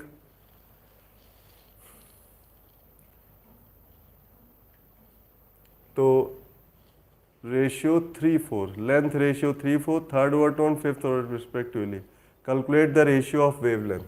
तो ये हो जाएगा λ1। F2 में निकालेंगे 5th हार्मोनिक, तो 5v/4L1 आ जाएगा, यहाँ पर 2 आ जाएगा सॉरी, और तब ये बन जाएगा 5v/4L2, ये वैल्यू आ गई। अब इसका रेशियो बना लें, तो F1/F2 की वैल्यू आ जाएगी, वी कैंसिल, F1 में आ जाएगा 7/4L1 और F2 में आ जाएगा आपका 5/4L2, 4 कैंसिल हो गया। L2 और L1 का रेशियो यहाँ रख सकते हैं, 2 ये है 1 ये है, तो ये आ गया 7/5 इंटू 4/3, तो ये हो गया 28/15, क्योंकि यहाँ पर L1 L2 रेशियो, तो 1 नीचे आया 2 पर आया तो 3/4। तो अब वेवलेंथ रेशियो क्या होगा, λ1/λ2, फ्रीक्वेंसी का उल्टा होगा F2/F1, तो ये वैल्यू आ जाएगी 15/28। तो इस तरह से इसको कर सकते हैं। तो यहाँ पर 15/28 फोर्स इज द आंसर। तो बेटा बस यहीं तक आज की क्लास, और नेक्स्ट टर्न पर अगला जो वीडियो लेक्चर आएगा उसमें आगे स्ट्रिंग पढ़ लेंगे और उसके बाद डॉपलर इफेक्ट, तो वे पूरा हो जाएगा।